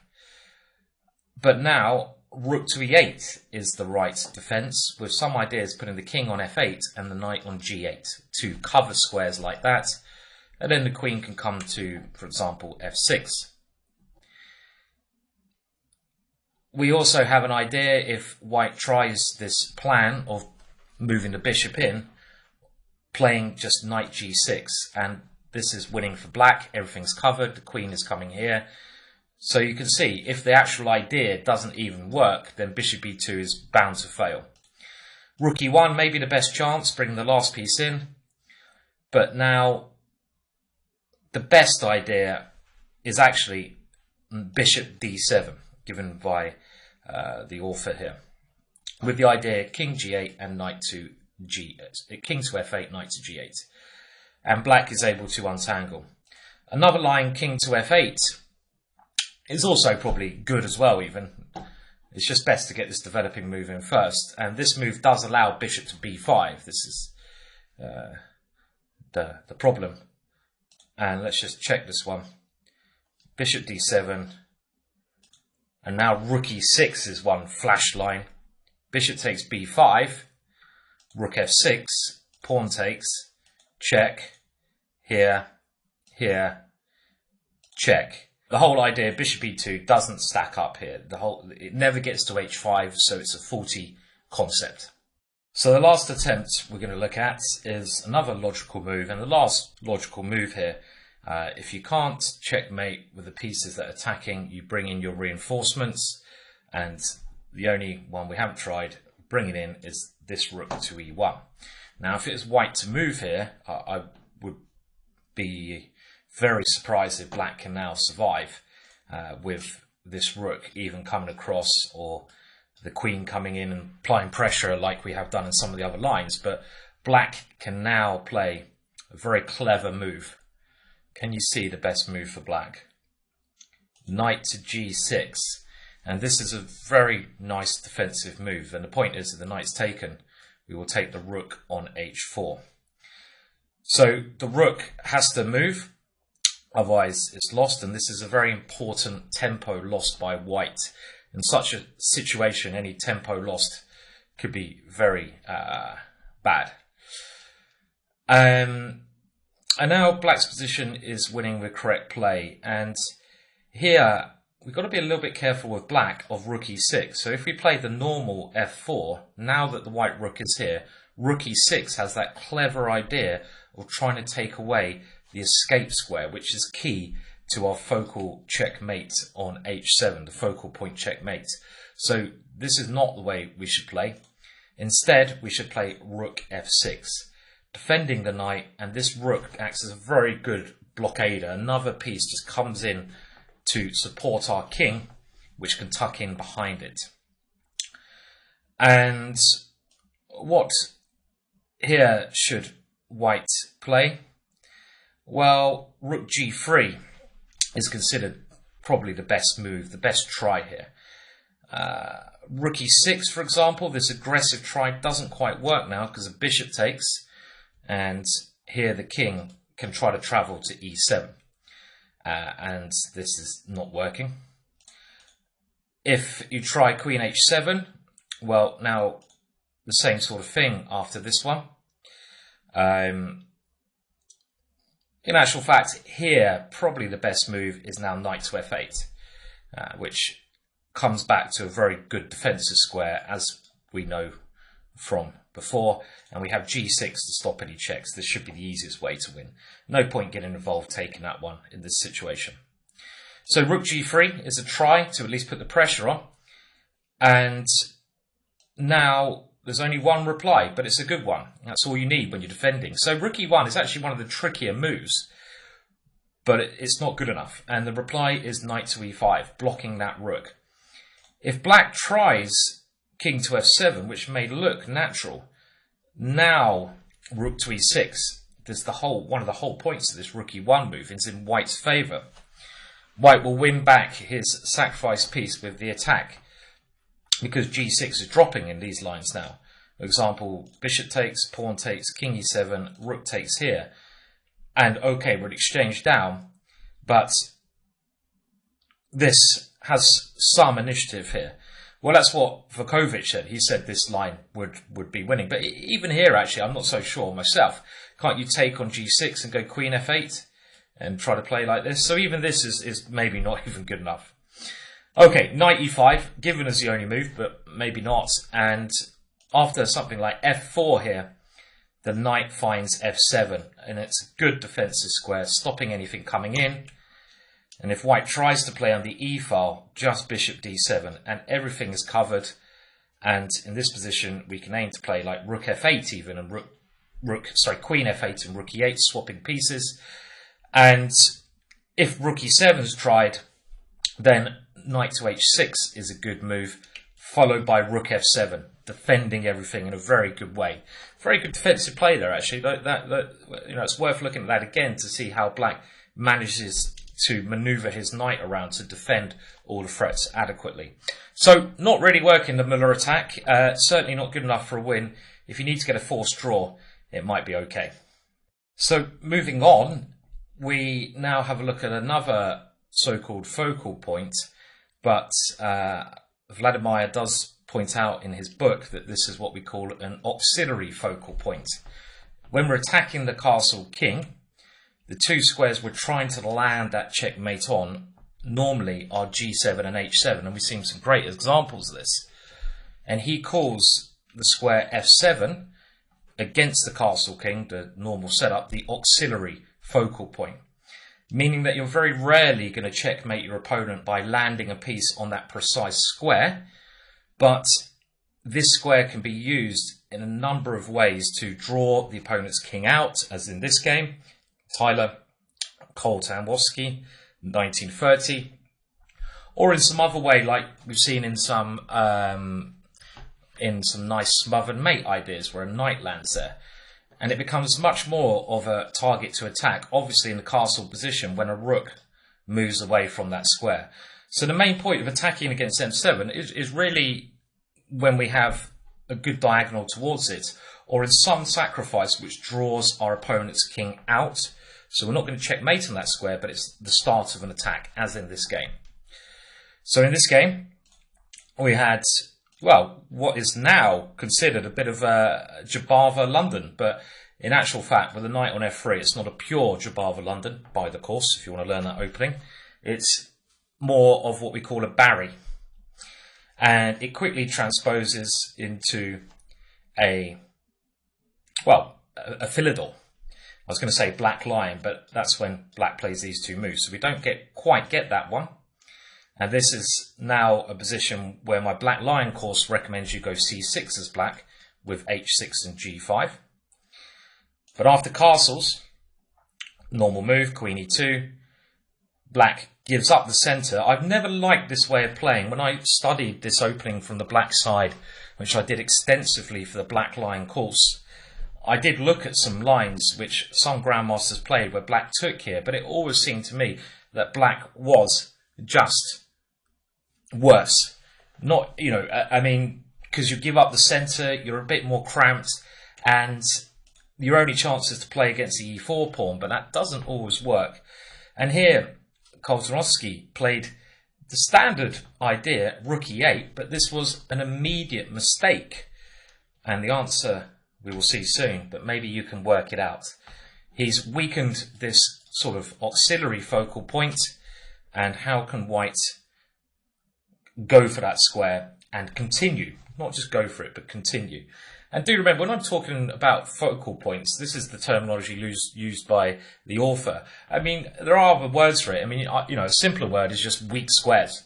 Weakened squares is the sort of modern terminology. So have a pause now. The first move may be easy, but it's the second move which is hard.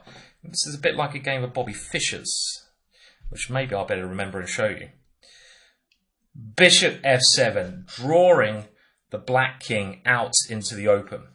So we're not finishing the attack here, but we're starting it on this square. So whenever we have control of this diagonal and our opponent's rook moves away, we should always be looking at this f7 square. And after king takes f7, the next move is very clever.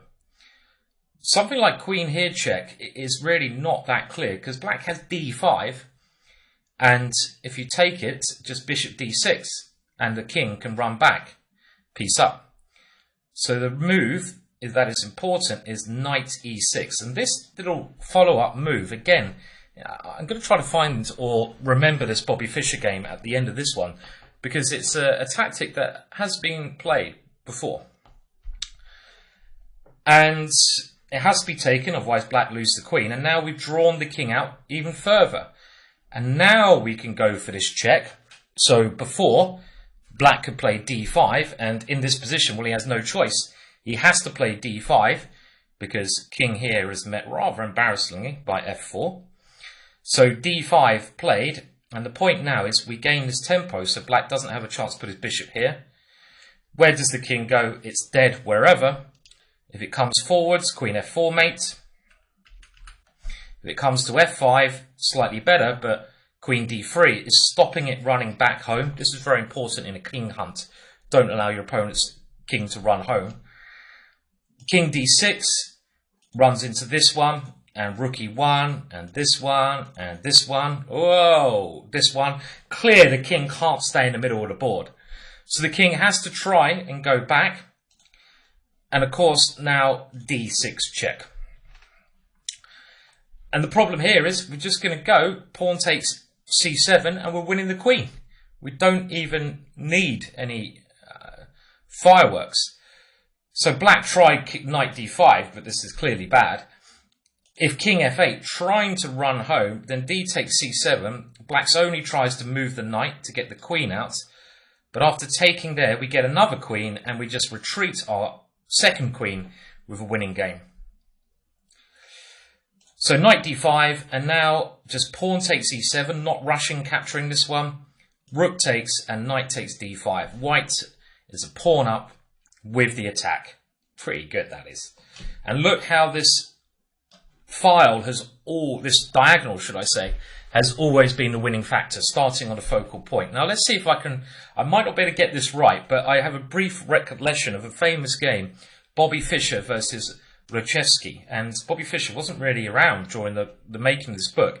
And it was something, now I'm probably going to really mess this up, and this is just an addition. And again, what I'm doing, I'm memorizing patterns where I've seen them before, because then I will be able to use them better. It's one thing being taught knowledge, being, here given the knowledge in a way, but you've got to apply that knowledge. Otherwise, you're never really going to get the most out of this course. You'll probably forget a lot of things I'm getting across to you. So go and just try to apply some of the things in any way you feel it will help you.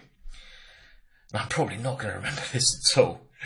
But let's have a look. It was something like, I don't know, rook here, b6. Something like this. So, not this, but it's something like this. King takes, knight here. And after the king took, I think Bobby's Fischer queen was somewhere else, so we had a check here. But it's the same principle of taking there and knight there. You can go and look that game up. I didn't realise, I only thought of this pattern halfway through there, even though I prepared the game, which often happens in chess. Thoughts prop up when you're actually playing the moves on the board. But I'm sure you might know the game. I think it was Fischer-Reshevsky, very famous idea. Let's move on now to another game. We're looking at that f7 square again, and we're using the game Byrne versus E. Cohen, 1912. And here, again, new analysis by the Chessable team differs from the assessments that the original author, Vladimir, gives. Vladimir states that knight takes f7 is not correct. And he goes on to tell a story about Byrne, who had a reputation as a super solid player, not taking any risks. And he goes on to tell the story that people mentioned this was the only sacrifice he ever played and in his whole chess career. And he goes on to add that even then it wasn't the correct sacrifice, it was a faulty sacrifice, basically implying that he wasn't a very sacrificial player. But modern analysis shows that Byrne was right, so Byrne gets the last laugh. Well, hey, good on you, Byrne. And again, the focal point is to draw the king out. And it's to me, it's very understandable that this is a winning move, because we're looking at the pieces. This bishop, very dangerous. Bishop here, good. Rook here, good. Queen coming in. So we've got 4 pieces attacking. Yes, black has a number of defenders, but they're kind of not coordinating the way they should do. So a move to break down black's defence, such as this, should certainly be considered. I would also be considering an exchange sack. Bishop takes, rook takes here as my second option. And that may also be very promising. But knight takes f7, going for the auxiliary focal point on f7 makes a lot of sense. And now the king has to take it, and the point is queen h5 check now. And here king g8 was played, which makes things a little bit easier for white because white would attack with a tempo. A better move would be king to f8, and this is where Vladimir in the actual book, after king f8, let me just get that one, after this move, he basically goes on to say in this position that the attack is not quite working, and he only gives the line here, which was played in the game, of white taking on f6 and trying to bust through on that square. And that doesn't work. So the line which he gives here is bishop takes f6, bishop takes f6, and now queen takes h7. But after this weird rook on a c8 move, he comes to the conclusion quite soon that white's attack is not good. And I say weird, but it does stop the one threat of rook takes f6 and queen takes c7. So king f8 may be a better try, but of course we don't need to release the tension in this position by capturing on f6. And as we've seen before, sometimes a quiet move is the best way to do it. You should play the forcing move if it leads to something concrete. So force the opening of the position. But if it doesn't lead to something concrete and you still have a promising position, as you should do with so many pieces, then look for other options. And here a quiet move, because actually if we think again, can we do a quiet move? Well, black's not really threatening anything here, is he? Because now the knight is in the pin, so it can't take our queen. So yeah, we have time. And the quiet move, bishop takes h7, getting rid of a defender and threatening bishop to f6. Let's see, this auxiliary defensive pawn has gone, is going to be working very well, and it should be winning.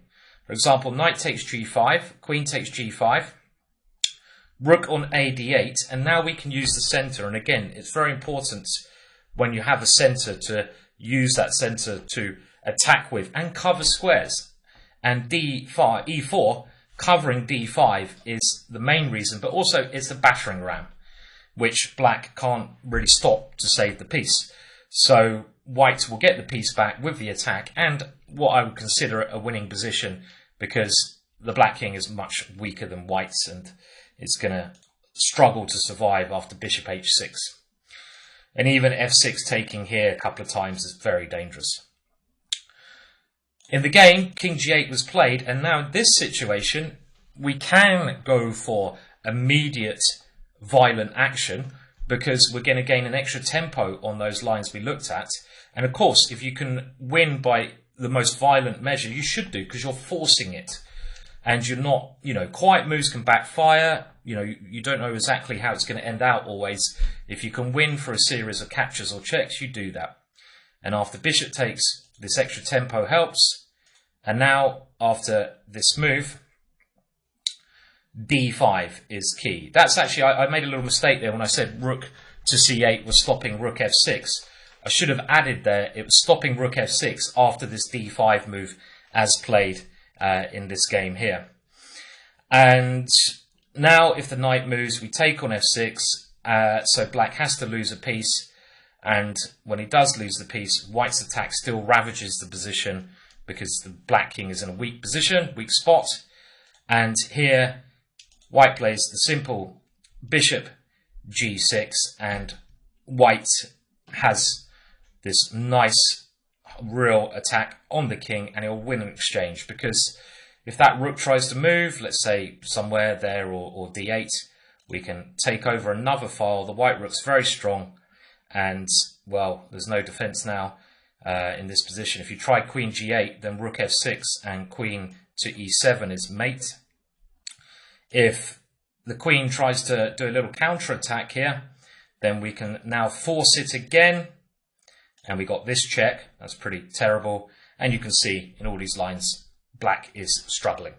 So Yeah, it was tough there for black always, but there was an interesting mix there between the quiet move and the forcing move. In one variation it worked, in the other not so successful. Well, we're just switching the board around here. Rather than it being f7 a focal point, it's now f2. This position occurred in the game Najdorf versus Eekhoff from the first round of the Mar del Plata tournament, 1955. It has a variation of the King's Indian Defence named after it. And here, black's move did quite a powerful sacrifice on that auxiliary focal point to obtain 2 pawns and a good attack against the opposing king. And this position does look like it's even come from a King's Indian Defence. This sacrifice clearly looks dangerous because black has this pressure against f2. White's rook has moved away from that square, and white's last move is kind of asking for it. With this knight, the only piece holding it up in the centre, holding the attack up, but black has other pieces to join in. So this one is one of those ones where it's not going to have you're not going to be able to see a clear conclusion to the sacrifice. So you have to go with your own judgment. And you should have maybe assessed this position where we're threatening to take here, bishop b2, and decided whether you think this is worth it or not. And it looks to me totally correct to play, and it is according to the computer. Why? Because white is so pinned down. It's not just our pressure. We don't have necessarily any immediate threats, but it's the fact that white can't move. He can't really move this knight because of this one goes. He can't move this knight. He's defending everything. And as black, we can improve our pieces. And after knight c5, aiming for knight e6, we're doing just that. So we have all the pressure. We have the initiative. We can easily attack. It's a lot easier for us to attack than it is for white to defend. And that's the key point.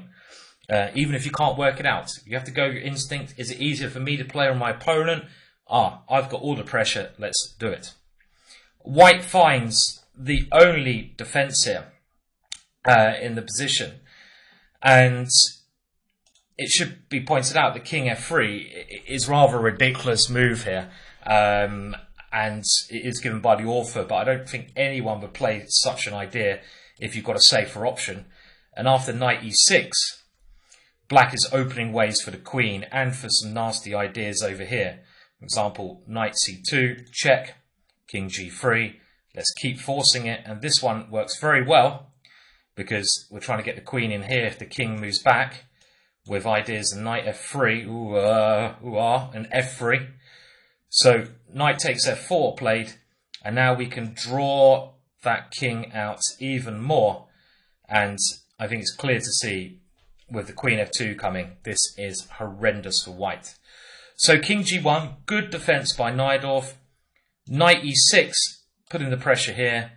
And Najdorf correctly gives back the material. This is a wise choice, correctly giving back the material. And this is the way to go. Knight takes d4, knight takes d4, and black even has to be a little bit careful here. Rook takes d4 gives him very adequate play. If he goes rook takes e1 here and takes on d4, it's now white who gets a counter-attack with a brilliant idea here, which Eekhoff obviously saw. What is the brilliant idea? Using this pin on the king, queen e3, and all of a sudden it's white who's winning in this position. Black's king very exposed now. c5 forced, but after queen e7, white's pieces are flooding into the attack. So instead of doing that, rook takes d4 is better, and black gets to this position where I would prefer to be black here. It's equal material if you exchange down, but black's bishop can sit very nicely in the centre, and black can centralise his pieces and eventually start pushing his extra pawns. And when you're exchange down, you want to make sure your opponent's rooks can't get on the open lines. And in this position, it's very hard for white's rooks to play. This check can easily be kicked away, and as soon as we get our bishop to e5, those rooks are not going to be able to enter. So very sound sacrifice. You have to have a little bit of faith at times. It's not always going to lead to a win, but you know, it's more fun to sack than not sack, isn't it? That's the truth of the matter. Another demonstration, I guess, well, the last demonstration here of this auxiliary focal point, and this is actually a consolation match, I think, between Janowski and Solentokov. Don't make their names easy for me.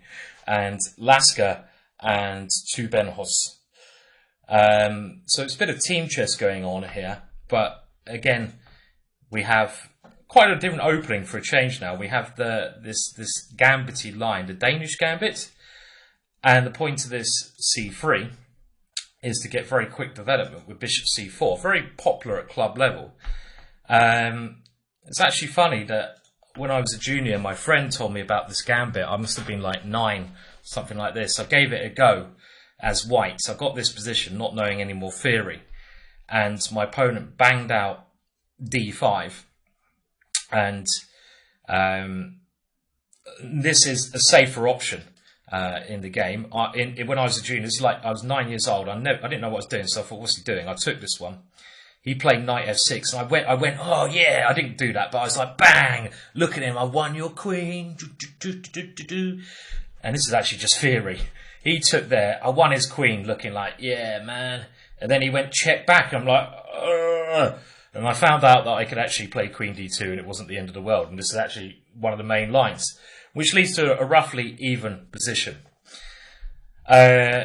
Actually, in that sequence, after knight to f6, there's a very nice trick here that you can play, and the trick is knight to c3, with the idea if black gets rid of your strong bishop and plays c6, white has a winning move. Can you see the winning move?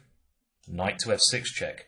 I've won a lot of games online with this trick, and the point is, after pawn takes, we take on f6, take the queen, take here, take the rook there. So, you know, all okay. Now, knight to f6 was played in this game. And this is nowadays an okay way to play, but you have to be a bit careful here. You know, you're being a bit greedy. You're not accelerating a development. And after e5, there is some risk. Bishop b4 check, knight c3. And now the next move is clearly a blunder. We've seen this before. When one side gets a pawn to e5, in a dangerous position, black needs to respond with the counter-strike d5. This is nearly always forced.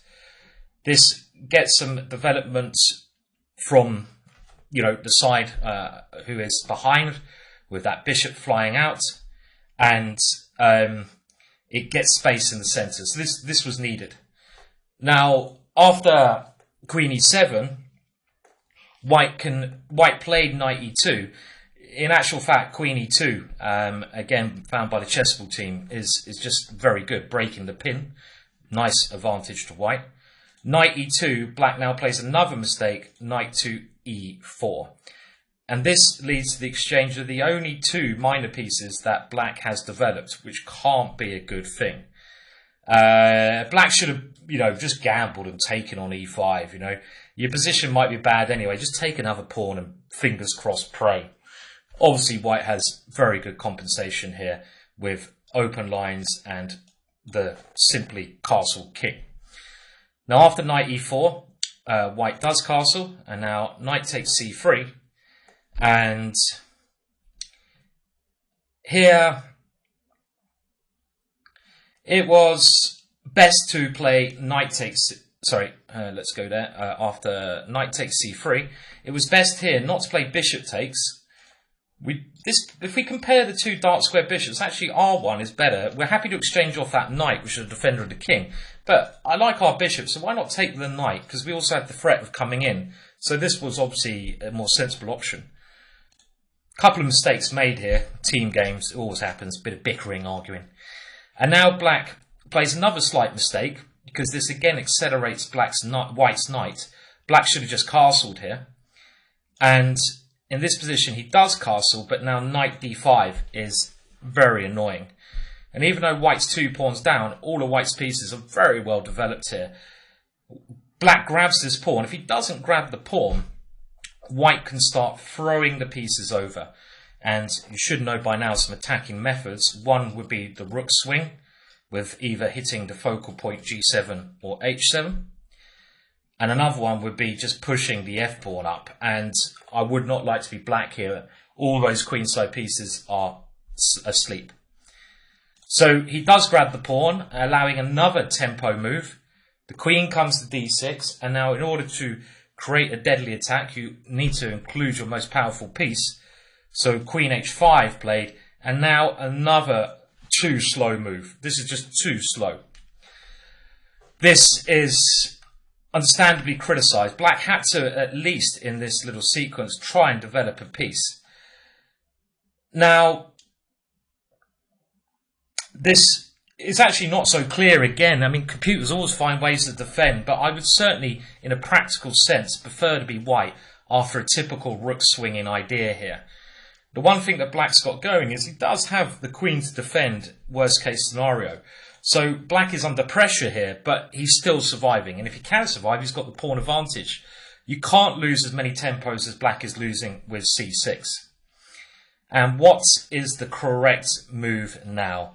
Can you see the little sequence that might work? There could potentially be more than one good move, but what is the simplest way to use this focal point? And we can see here, we have pieces attacking that. There's an open line. This is why that focal point is important.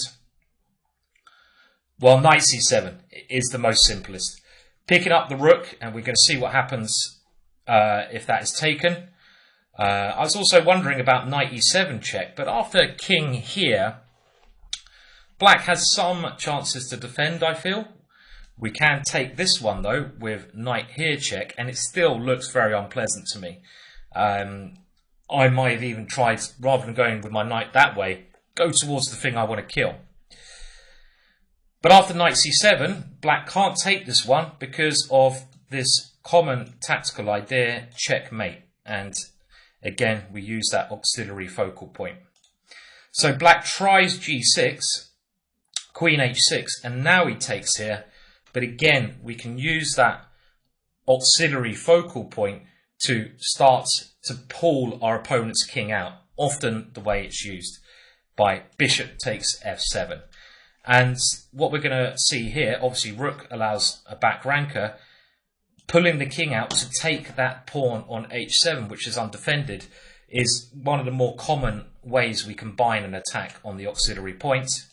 And after king f6, queen here check is actually quicker, but queen h4 also does the job with the idea of bringing the rook in. I mean, Black is sleeping over here, so it's not going to be defensible.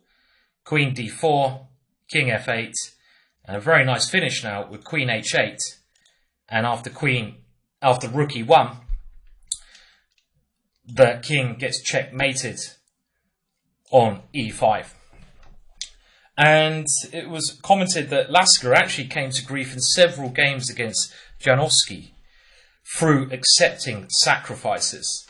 Against his own principles, Lasker wanted to, modernize the game by playing very solidly and also not taking everything that his opponents would throw at him, improving on Morphy's opponents. But against Janowski, he often went against this rule for whatever reason.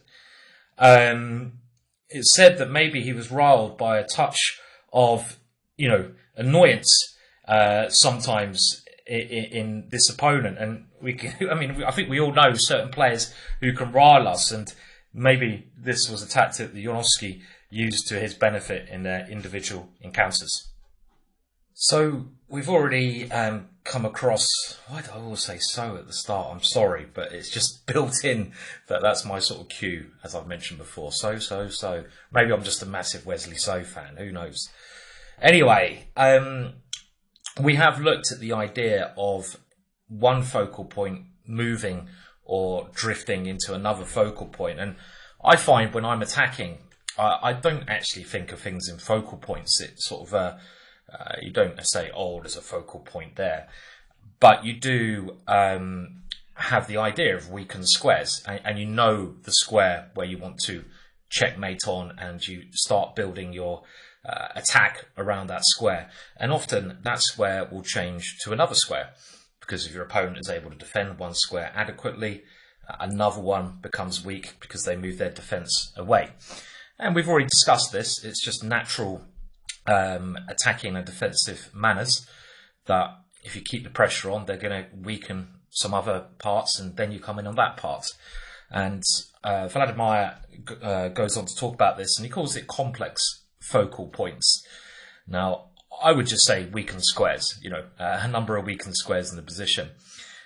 He says this is, with a couple of examples now we're going to look at where the squares are adjacent to each other. So like G7 and H7, these both might be focal squares of attack. They're near to each other, so H7 and F7. We did see, remember, a sacrifice on F7, drawing the king out, and then white coming in on H7. That's a very standard attacking formation plan, so worth remembering these little patterns. And you can also even say that all the focal points are just the coloured squares around the king. So, for example, all the dark squares are weak, so we can try to attack on all those focal points. So there's no, set way. And, we just have to recognise the weaknesses and aim to use them in our opponent's position. So let's have a look at this one. Quite a standard kind of attack here. And to begin with, I would say that G7 is clearly the focal point for white, as after F6 we have the blunt plan of simply moving the queen into that square with checkmate, as I'm sure you can see. And this is actually a very standard checkmate idea we're going to now look at when you manage to get a pawn to F6 and your opponent has lost the ability to stop your queen coming into H6, for example. So king to H8 is the only way to stop the G7 focal point. And after queen to H6, rook to G8, what do you consider is the best way of doing this? And again, one of the reasons I really like Vladimir Vukovic's work is that there's always a little bit of artistic flair to his examples. And, he didn't need to do this example in the way he does, but I really appreciate his little sort of artistic touch that he gives here. And it's clear now the focal point is no longer G7, and as we naturally have talked about, it's moved to H7. As you can see, that is now a weakened square. We're not going to ever checkmate on G7 with a rook this one, but we can try to aim for, of course, H7. So what is the best way of doing that in this position? And of course, the quicker you can do it, the better. So have a think about that now, and you should be able to find that the answer is this very nice move, rook F3. Talking about this bit of flair. I don't know if white has time to go, for example, the long way round, but obviously wasting tempo gives your opponent chances to defend, which black may well be able to do. And after rook F3, we're getting a rook to the H file immediately. And after something like pawn takes here, we have a major threat. And the threat is not just rook H2, but it's actually queen takes H7 immediately. A very standard queen sacrifice. I've won a number of games like this. King takes the rook coming over here. This is one of those checkmate patterns. If black tries D5 to have the possibility of giving his queen, we don't need to win the queen here, which would mean black could fight on. We should play F4 first. And now there's no way to adequately stop queen H7 and rook H2 in some move order. So a nice simple example of the combination of those two focal points in this position, which is G7 and H7. A more complex example of, multiple focal points, or let's just say a couple of weak squares that we try to execute our attack on. And this diagram given by the author is an instructive use of playing against those, as he says, complex, I say different weak spots. In this position, these two squares here. And he gives the lines where we win by basically pressurizing those squares in a simultaneous attack. So the rook is probably going to come round here, threatening to use these two positions. And the first move, obviously, is rook H1 to threaten checkmate in 1. And here, the best move is king to g8. Now there is a subtlety here. Obviously, if rook h4 immediately, bishop takes g3 is annoying. And I should say that if bishop g3 straight away, this is not actually the best move, because after king f3, well, okay, it doesn't really change the evaluation of the position, which is that white's winning. And it's quite funny that actually f3 is the safest square for the king, probably on the whole board. I don't think there's a safer square. If you put the king on e2, which is suggested by Vladimir, then king to g8 and queen e5 becomes a little bit tricky, because the queen has this option of checking on b2. So king f3 avoids that option. And after king g8, which is going to be forced, queen takes f6, queen e5. Now, well, this position we can simply check and take the bishop on g3. And there's no counterplay with any check here. So this looks like it's simply winning for white in the position. So rook h1, king g8. And now white has to consider how to continue in this position. And the move suggested in the original book is not actually correct here. So let's see if you can work out the best way to continue in this position. There's a couple of ideas here, and the winning move that is actually the winning move I think is very nice. It's one of my favourite types of moves. So if you've been watching the course so far, you might get to grips with what the move actually is. And pause now if you need to. Well, a couple of moves we can just get rid of. So it's always nice to come to the correct move, or the move that you have to play in a position, even if it's not that good. Even if you're losing, you still got to play the correct move, which is the move that causes your opponent the most problems. In this position, that's not a danger, but we can discount some moves immediately, you know, shortening, making our range of the move we should play less. And obviously the moves we should discount is rook h4, because now obviously bishop takes g3, and now bishop takes h4, and we get rid of, well, we just lose a piece, don't we? Rook h3 is clearly weak, far too defensive. Remember, the black king is doing this self-defense mechanism, which is, as we stated earlier, one of the problems when we go for the h7 square. The black king is coming to e7. This is too passive. We want to use that rook in the attack, so there's a couple of other options, and Vladimir gives rook h5, but in actual fact, this very clever maneuver, and the idea is to check, play f6, opening up this diagonal. We saw this checkmate with the bishop and queen in an earlier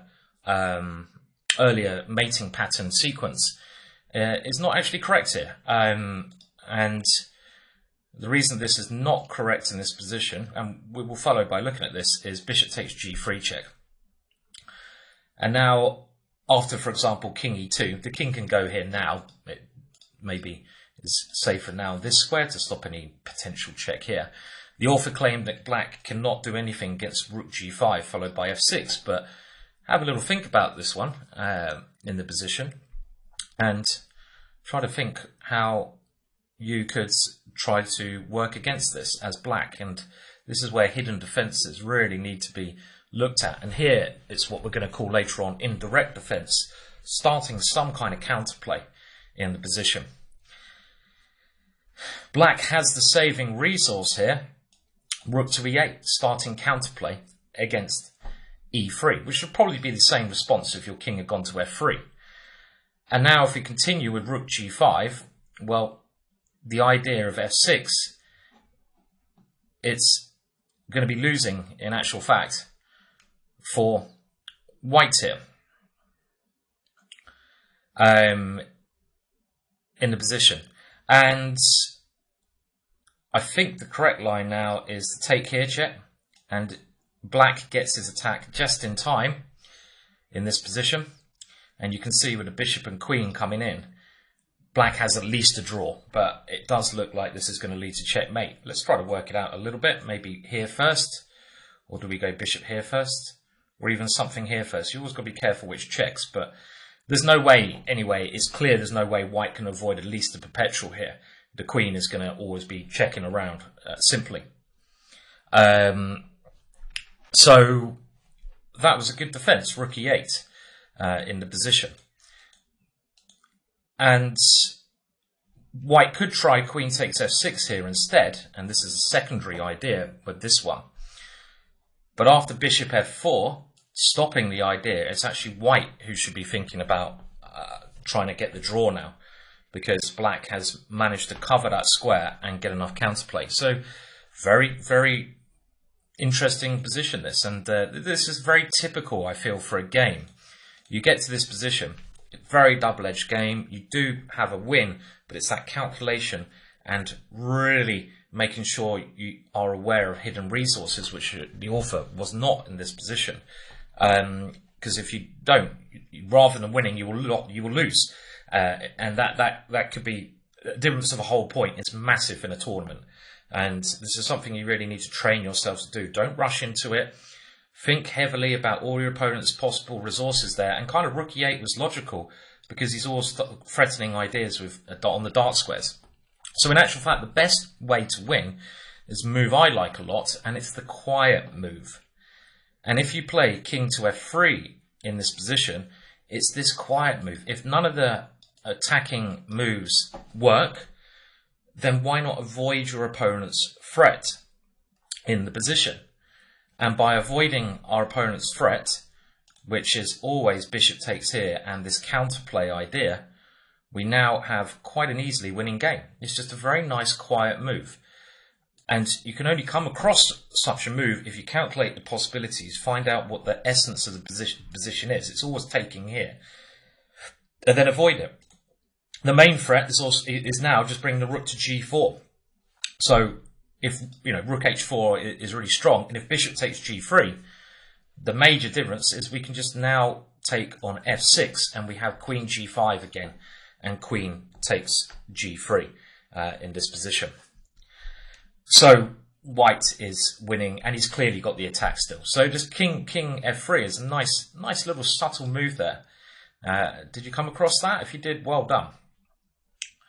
Now after rook h5, we'll continue with the author's analysis. We know that bishop g3 should have been played, but his analysis goes king c7, and the author goes on to point out this defends the focal point f7, which is relevant in the line where we check and go f6, because remember the bishop and queen, you remember that pattern where the bishop comes around to f7 or the queen comes in? Hopefully you do from the earlier chapter. And again, now in this position, what should white play here? Well, white should again just play some line with king f3 at the right moment. This makes more sense. This is the winning move, to be honest. Now, the line given, b6, is quite clever in the way that it's trying to draw the queen away from f7. Now, if we went rook g5 straight away, we can see why this might be possible. After pawn takes f6, let's say bishop takes f6, you have to get rid of that pawn. And now bishop takes h7. Can you remember this little technique here? The f7 square is key, and we did look at this. If a pawn is not there, we have the way of rerouting the bishop. But if the queen is defending the pawn, we don't have bishop g6, queen h7, queen takes f7, checkmate. Again, another auxiliary focal point. Now it's the f7 square. So b6 is trying to draw the queen away from that square. And now the author gives queen d7, which is far too passive defense. And I think that nearly every top player in this position, or every player really who understands the initiative, should be thinking about creating counterplay. And rather than going for passive defense, if you can play active defense, you should do. So queen c1 is clearly the move that should be that should be the focus of analysis, with rook c2 even coming. And now after rook takes g5 and f6, it may look like white is crushing it, but black does have rook c2 check, first getting rid of the bishop, and now just queen g6, and black is actually winning. So quite surprising that the author misses this very active defense. And again, this just goes through the whole course. Defense, active defense, way to go. But after queen d7, now things change, and here we can now switch back to using g7 as our focal point. Let's remember, checks like this would give black the advantage because the king sits so safely on e7. Let's not help our opponent's king run the way it should go. But now, only now that the black queen has come off this diagonal, and white's ideas are the correct ideas in that we're trying to distract overload our opponent's defensive piece, the queen, away from the diagonal or the f7 square. But the problem here was that in a couple of variations, Vukovic just did not look at the most active defensive moves that black should be playing. And of course, they're the first things you should look at in a calculating possibility. But now, yes, this is winning. These two pawns can't be, these two squares, focal points, can't be defended. And the author goes on to say, an excellent example of the shift of threats from one focal point to another. And black is overburdened with threats. Well, you do see this a lot, but as we've seen, this king f3 move was much more delicate and correct in the execution of the attack.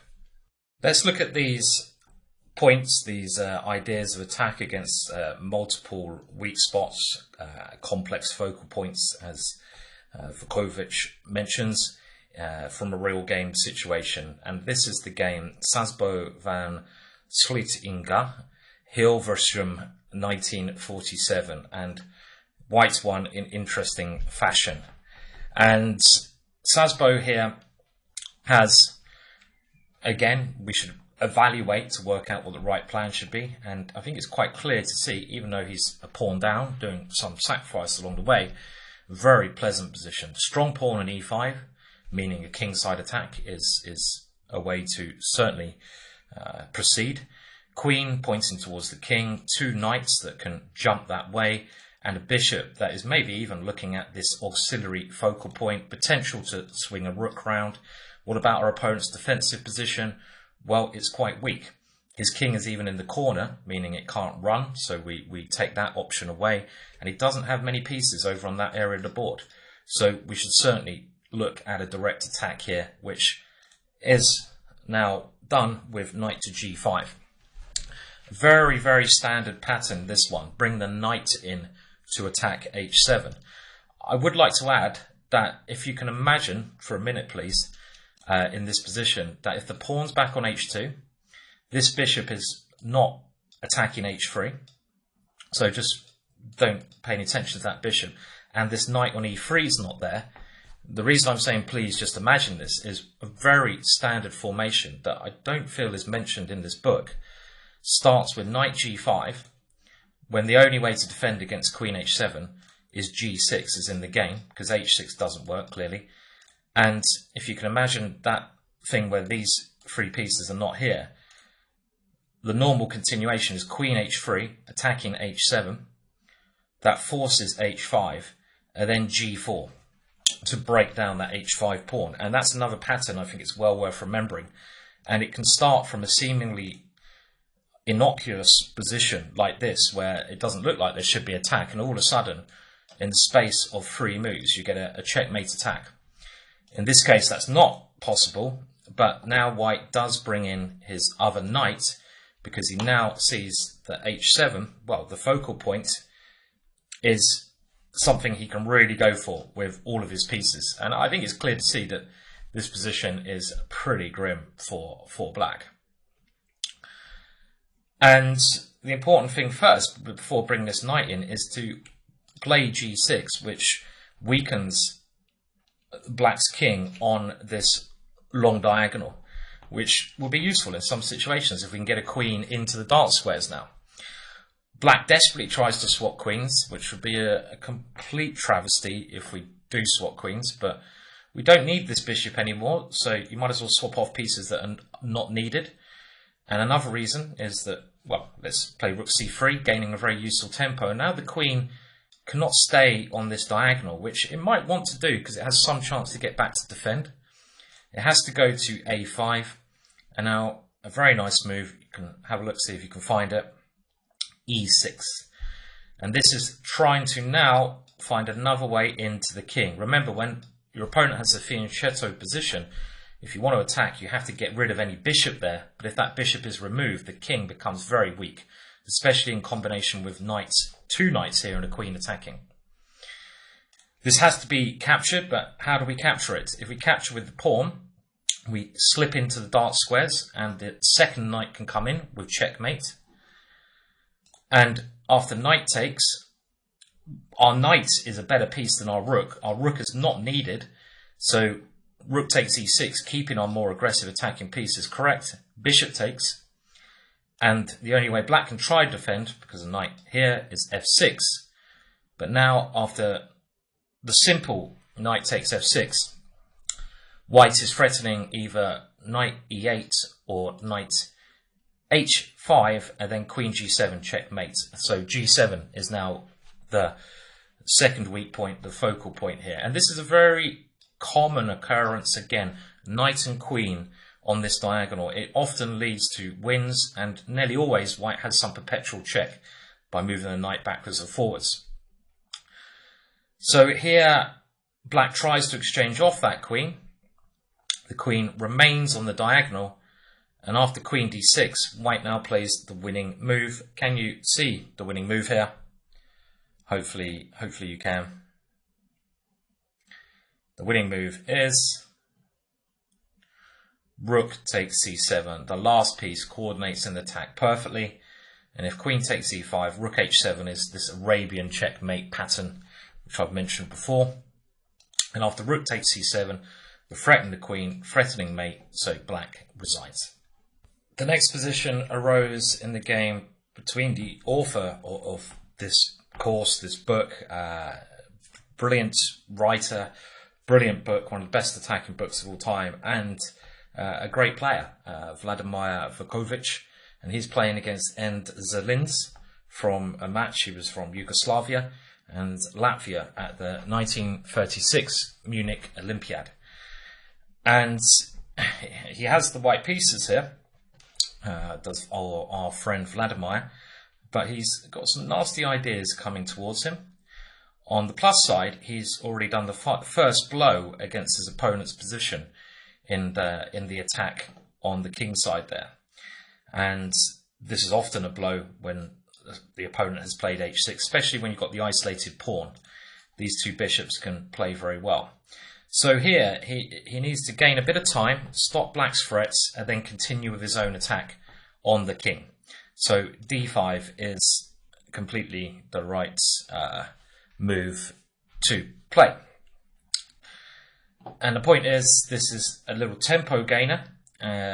Black would like to play knight takes d5, because then this is kept open, so black can create his own threats. But after, let's say, even bishop b5 first, kicking that queen away, and then, let's say the queen moves, for example, I don't know, here, then queen g5, black is in a losing position here. There's no good way to stop this one coming in, or if g6, the queen will find its way in there at some point, or a knight in there. So black has to go pawn takes, and now white's very nice idea. Again, we don't want to allow d4, so knight e2. And this little tempo gain means that the queen can't come in, so it's kicked away from its active square. And our knight is sort of coming towards the black king, and also has a nice square in the centre. So queen e6, and now violence was the measure of the day here. Bishop takes g7, forcing open the black king, and this works well because we have three pieces attacking and possibly a fourth one with the rook swinging around. This has to be taken, and now the queen comes in, And another good thing about this sacrifice, which is always nice, as I keep mentioning, is if you know you have a draw in hand, you do here, you can just keep going backwards and forwards, then that's a good feeling, isn't it? You're not committing everything. You know, worst case scenario, you just take the draw because you can't find the win. Now, here, white plays queen h4 check, and the reasoning for this is quite clever. It's giving your opponent the chance to go wrong, and if we play queen h6 check, he has to go to this square. But by playing queen h4, as Vladimir mentions, you've just given black the extra option of going wrong. And if you can see that you have an extra option where your opponent might hang himself, then you should do that. And the extra option is, well, if he does go to g7, we now have the f5 square with check. And after knight to d4, this comes in. I think this actually occurred in the game. Black did play king g7, so not being aware of anything that happened. And here, black had to give up the queen, but the game is of little interest now. It's clear when the knight arrives here that the queen will be able to come into a new focal point on g7. And this is the two sort of focal points we're concentrating on here. So Vladimir wanted to analyse what would happen if the king goes to g8 here, and some of the variations in this position. When you have two options, you can either try to now bring the queen into h6, or you can bring a third piece into the attack by bringing the knight around. Now, he gives queen to g5 as the main line, but knight g4 is also very interesting. And here, the original book says it should only be a draw, but new analysis later by the team at Everyman conclude it's a win. And even later than that, in 2020, the chessball team have found an even quicker win, which does not surprise me. You've got three major pieces around the lone king, and they're all in very strong attacking squares. We know a knight on f5 is one of the strongest squares, bishop strongest square, queen. It's not surprising me at all. And the latest analysis now states that black has to play rook c1, and in this position, rather than recapturing now, queen g5 check is correct. And this covers the e5 square, first of all, and after a king move, only now playing rook takes. And this is given as, by the chessball team, a win, and they leave the analysis here.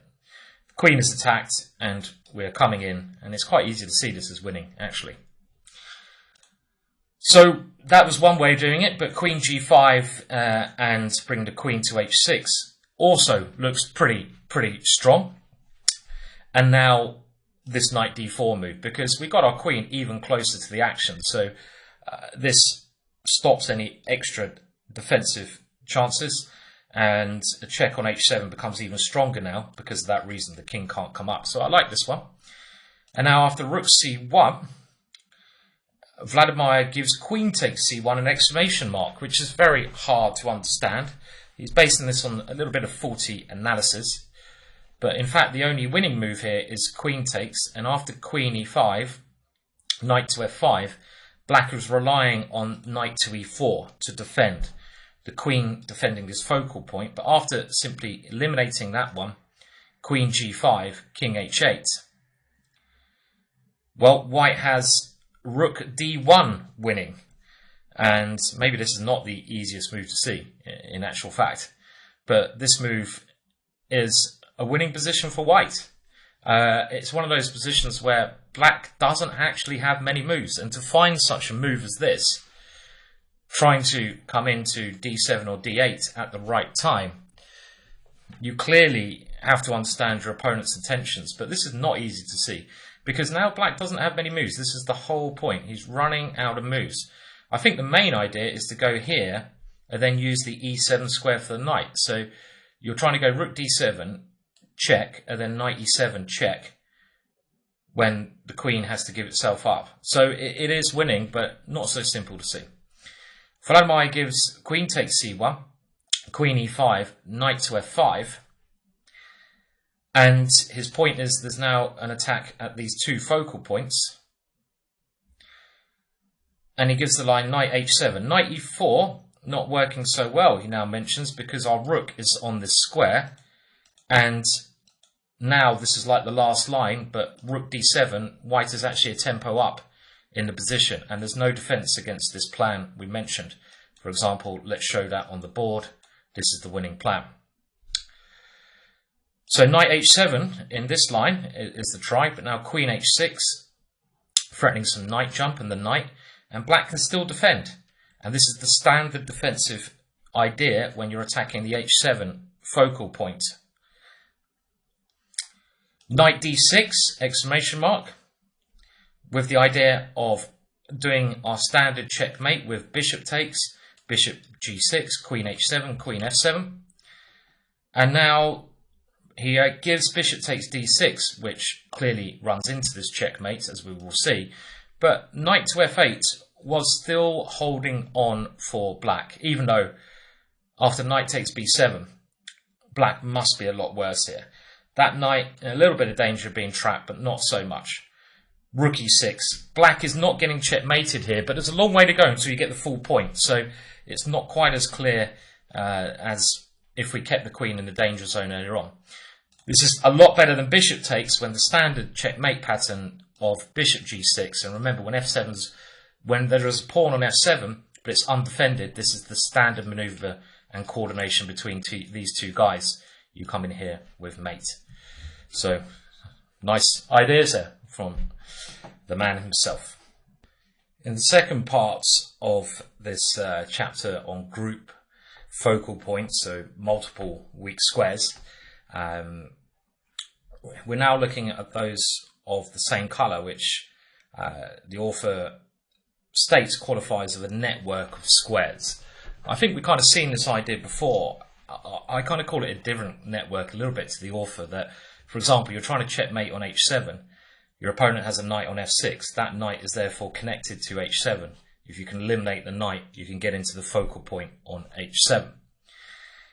In this next example, we examined the most typical attack by the queen and bishop against these two squares on f7 and h6. f7 and h7. You can already see here that the bishop on this brilliant diagonal, which black has weakened by h6, and the queen, if it can get on that diagonal at some point, will cause major problems. We have a pawn on e5. We know this is a very good attacking unit. We also have another bishop hitting the h6 pawn. If black didn't have a pawn on h6 here, if it's back on h7, black would have much greater defensive tries, but that's not the case.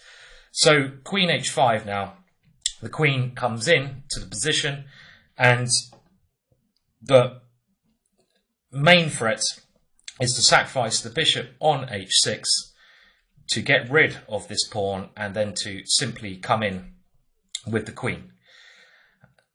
And what the author mentions throughout this, if sacrifices work, they need the essential preconditions. These essential preconditions are there, which they are in this position. You might even have a rook come around at the right moment. It's difficult now, but we might even be able to swap that off. And with our strong bishop, queen, and e-pawn, this bishop sacrifice is certainly in the air at the moment.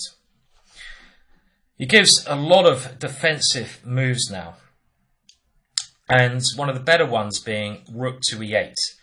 Because this idea is a good defensive idea. Let's always remember this. When it's clear one side is going for the h7 square, that focal point, it makes a lot of sense to give the black king the f8 square to escape to. So this move makes that common sense.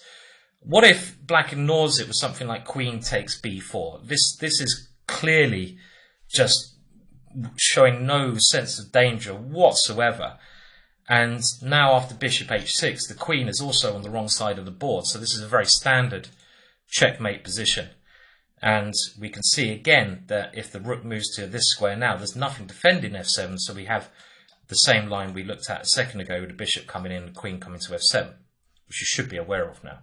So clearly the queen should not be going that way.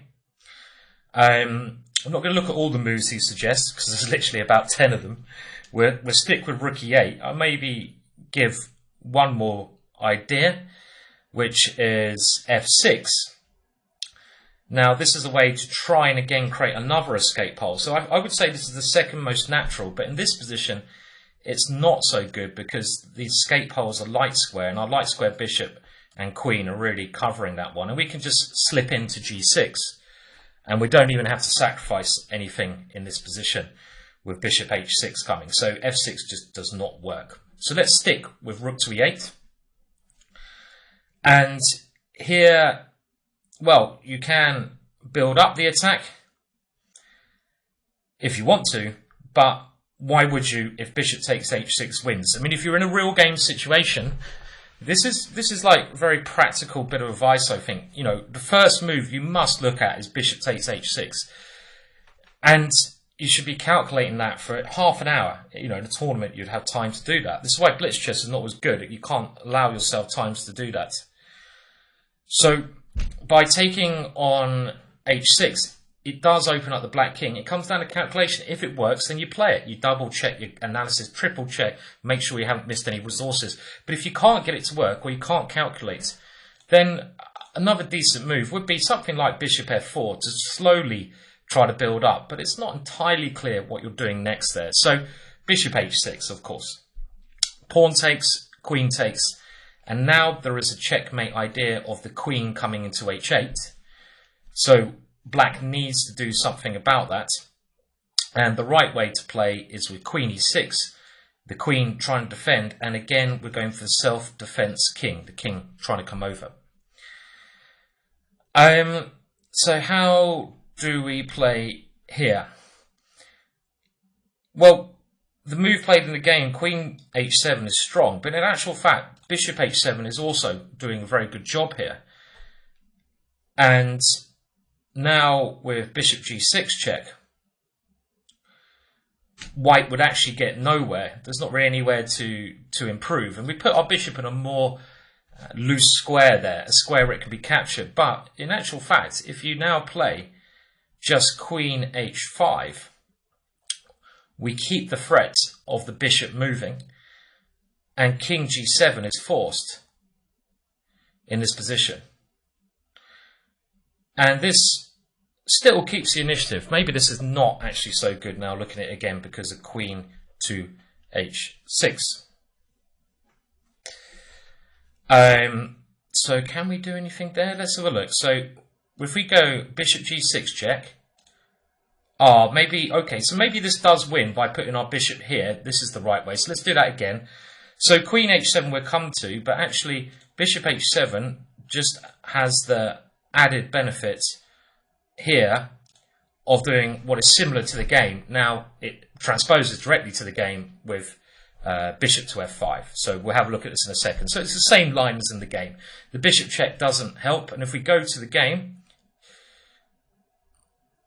we can go very similar to the game anyway. We go check, here, bishop f5. Got there. Now bishop f5 is important because we don't want to chase the black king into another square that he's going to improve his defense. But what we want to do, we're not going to do the job now just with our queen and bishop. We need to have another break, and the break we need is e6 in this position to gain a winning attack. And white's queen is best placed on this square. And what can black now play? Well, queen c6 looks as good a square as anywhere else. But if you don't play this one, if you play something like queen b6 here, what should you do? Well, you'd like to play e6 in this position. But this is this requires very clever thinking. If e6 again wins, we play it. But in this case, we should, as in all cases, think, what is black going to play next? I mean, when we played the sacrifice here, we had to do the sacrifice then because black would have time to defend. We didn't have to, but it was right to do it. But here, if we look at what black can play, black's actually running out of moves. And this is something you should always think while attacking. And, you know, he'd like to go knight e7, but this is going to make his king in a real box situation. And if we actually just improve our position by bringing one more piece in, it leaves black without an adequate response here. The bishop can't move because we're going to take on c8 and come round and win on c8. And if you do go knight e7, well, before the check, we now play e6 because black's got worse defensive positions. And this is decisive very quickly with the bishop coming in here. So that was a very nice move, actually. Get the last piece in, but whilst doing that, realising your opponent doesn't have any good moves. Very important when you're attacking. Don't just look at your own attacking moves. You should be looking at your forcing moves. But if things become a little bit unclear, then you've got to look at what your opponent's trying to do. Now after queen c6, we can play bishop e4. And now, sorry, queen c6 and now queen b6. We now have the idea of taking that one and playing e6, which wins, because the threat is e7 and queen h8 in a lot of positions. So a nice little example of the attack there on f7. It ends on f7 because that's where black king kind of runs, or it could end in a lot of lines on f7, but the combination between these two squares. And it shows the great power with having the queen on h6, which happens, as I mentioned before, so many times, and a bishop on d3. These two pieces have great coordination when attacking. And there's various operations you can do in this position to hit f7 and h7. And you can combine these two squares in a lot of examples to create a winning attack, as white does here. But even saying that, white did need a little bit of help from his friends here. So queen and bishop on their own can do the job, but black has defended pretty well in this case by giving himself some running space. So as always, each individual case you need to also make sure you're covered for. We're now going to have a look at what the author calls a network of weakened squares. And this position here is the main focus of that network. And a network in this structure means the dark squares around black's king. And this position, I think you can clearly see, should be winning for white. The bishop here, tremendous piece. And all we need to do is aim for the main focal point, g7. But of course, this g7 square is connected by these other squares as we go. We're going to have a look at various methods that black has to try and defend this, and I think you can see it's just not going to happen. Now, when we're thinking about this network, I mean, if your opponent has ever fianchettoed, lost his bishop, the dark squares are going to be incredibly weak. If we still have a dark square bishop and get it anywhere, set in that position, it's going to be a nightmare, winning nearly always. In this case, the bishop is even stronger because black can't remove it. If black could somehow exchange it off with a knight, then the pawn would still come forwards, but it would be an improvement. You get rid of that bishop, but even that's not possible. So clearly a very promising position for white. And the first defensive try we're going to look at is h6. And black's idea is to bring the king to h7 to try and stop our infiltration via h6. So you can have a think about the best way to proceed here. Let's remember in this position, bishop, queen, rook and pawn are really our key things. I wouldn't imagine need to bring in our reinforcement on a1 here because our position is so strong anyway. Pause now. Well, the best way to do this now is to bring the rook via the standard third rank swing to hit h6 again. We have a lot of time to do this attack because, as we've realised, black doesn't have any defensive or counterplay chances. And after the rook comes here, black's best try would be something like knight e7, trying to come back to defend. We don't really want to swap this knight off because our bishop is just so strong. So what should we play here? Well, it's right to crack the egg open and bring in our queen. And with the queen transferring to the h-file, it is game over, as I'm sure you can see. There's nothing that can be done to stop this, and it's quite an easy win. So if we think about the main focal points after h6, is this network of focal points. To get to g7, well, we can't actually do that now, but we can now start with h6. So just always be aware of where the weak squares, your entrance points to your pieces in the attack, are, because they're the squares you need to concentrate your forces on. And we're going to look at another black defense in the next video. In this second defensive try, black plays h5. So he's again trying to use his king as a defensive piece in this position. Our rook swinging idea is still quite dangerous if you combine it with some forcing sequence like rook takes h5 or g4. But the simple approach with queen d2 is also going to do the job. We don't really need to do the rook swinging quite yet. It was probably winning as well. We have to stop as black, the queen coming in here. This focal point is absolutely key. And also, not just that one, but now h8. So king h7. And here, a crafty move. Black's only hope is to get the knight around to defend more squares. And we can stop that by just playing our queen into g5. This is the simplest way. And this is where you're combining not just your own ideas, but the stopping of your opponent's ideas. You know, this idea that you've got to be aware of what your opponent's trying to play, and let's stop him doing that whilst improving our own position. And now we have a multitude of ideas. g4, rook e3. After rook c7, again trying to get the knight around here, and there was no other better moves. g4 would be strong, but even stronger is to now bring in the third piece, because this is going to be more forcing when we capture on h5. And if black plays the best defensive try, we've got to keep our dark square bishop as a key piece. And after this one, black can't get the knight back to g8, which would be some defense, for him.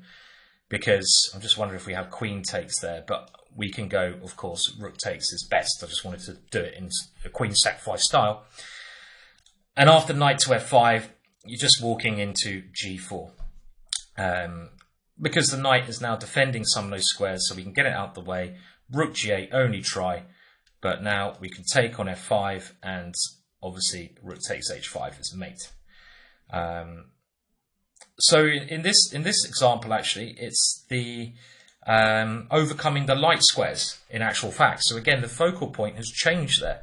It wasn't h6, it's now mainly h5 is the focal point that we need to target all of our attack on, which we did. So again, be aware of which squares you need to get your pieces in on. So what happens if black tries to defend those network of weak dark squares by placing his queen on f8? Well, this is an attempted try, but it's very passive defense, and meaning white has a lot of time to improve the position. And in this situation, our queen trying to come in is going to be met by a defensive move. So as we've seen, actually in all cases, we need to include that third piece, the rook. And after queen to f8, rook to h3, we are now considering ideas of the queen coming over to h4 as one potential idea. So h6 will have to be played when black is trying to use a secondary defender. But now h6 is very weak and again becomes our new focal point, so we target that one. How can we... It's quite solid at the moment, black's defense. If we try to use our g-pawn, black will blockade. We don't want to ever blockade the position. So what we should do is force that pawn to come forwards. Bishop g5, very clever. And we've created another new focal point. And h5 is actually much harder for black to defend. h6 was defended by two pieces, but h5 is only defended by the pawn. And it can also be hit by our pawn. And queen e2 is the most forcing, because after knight e7 we can violently break through on h5, and the point being our bishop slips into this square. It's far too strong. And after knight g6, well, I was wrong in the introduction, wasn't I? What is the winning idea now in this position? I always have to be wrong, don't I? Well, the winning idea, because black really has no options, and again, this position, no moves, no counterplay. This works because we're working out what black can and cannot do. And with rook e1, and the rook coming around and queen coming down here, there's nothing that can be done at all to stop this one. Black has no defense. He might have to give his queen up at some point, leading to a very trivial winning position for white. And now we can look at the immediate idea of the knight coming over, knight e7. But this doesn't do anything to cover the weak h6 square and this network, so now we don't need to bring our rook. We shouldn't bring our rook. We should immediately prepare the queen to come in. Knight f5 is clearly met by g4, and if the knight tries to move around to defend, well, it's not going to work. Okay, black has eventually threatened to swap off the bishop, but rook e3, and again the third piece is the piece that wins the game. We're also threatening queen h7, a nice queen sack mate. So queen to e8, and here, well, with now black being able to defend h6, we do again bring the third piece, which is going to be deadly. And this position actually arose in the last sequence, or could have arisen then, with queen g5. Let's bring that one in. We try to, in some situations, come here. We can play g4 as well. b5, black desperately trying some counterplay, and g4 would be one way to do it, but queen h4 is also nice. We're trying to weaken this pawn. And as we've seen often, h5 is the focal point, the real weakness. We can slip back. We don't even have to do any fireworks here. And if king h7 to get out of rook h5, it doesn't stop rook h5. And in this position, it's f7, which we end up coming into and winning on. The last try is if black's king tries to run away via d7. Our bishop does a good job of making that escape route a little bit harder, and in this situation, well, we may not be checkmating, but our h-pawn is probably going to work and win, because after queen d2, queen h6, we're going to win this one, go g4, h4, h5, and with the bishop here supporting the queening. Okay, it's not checkmate, but it's nearly as bad because black has no counterplay. Example, knight e7, queen takes, queen a4, desperate attempt, and there's certainly no point in checking here because we've got a new focal point f7, and this is stopping the black king from moving because we take there. So rook e3, bringing this piece in again looks best. If you want to stop any counterplay at all, you could go rook c2, g4, h4, h5, which is another winning method I pointed out, but Vukovic prefers this way with rook f3. I'm not sure I would have done this, because I would have probably got to queen takes b2 and thought, okay, yeah, it's a little bit counterplay now. So now I'm forced to do something on the king side. In the other line, I wasn't allowing this counterplay. That's my personal way. I don't want to allow counterplay if I've got a choice, if I'm winning simply. But here, well, the point is we are winning with bishop takes e7. So of course this works as well. Only move queen a3 to try and bring the queen back to defend. But now bishop g5, hitting f7, and after knight f5, g4 decides the game. So of course it's winning just as well as stopping the queen coming into this square with this rook e2 move. But it's a matter of taste, isn't it, really, at the end of the day? If you could calculate that this was winning, then why not play it? And that kind of brings us to, of some of those dark squares, a little end there. And we're getting near the end of this chapter. So we have kind of left that last position, but with one change. And the change that Vukovic wants to just show us before we totally move on is a position where we've moved the pawn from h2 to h4. Now, this makes things trickier for white because we don't have the main blunt maneuver of putting the rook in front of the pawn, bringing in the third piece to the attack. So we'd rather that pawn was back on h2 in this position, because our threats against h7 can only now be made with the queen. This rook can't play a part, but this is also a winning position because we can use this pawn to open up the position, albeit it's a little bit harder. Black should try b5, creating some counterplay. He's got to go for this. And now queen d2, and now black has to cover queen h6. So queen e8, aiming for queen here, is the only way. And even now, we should move our rook in preparation for h5. h5 immediately doesn't really get anywhere, because if we take here, black will take with the f-pawn, and that gives him another defensive idea. The rook can be used on the second rank, so we certainly should not rush that idea, because it gives black a chance to build a better defense. So we should build up, and the idea is to build up first by moving the rook. And this is going to increase ideas now with the h-pawn coming. If h5 is ever played, we always have the break g4.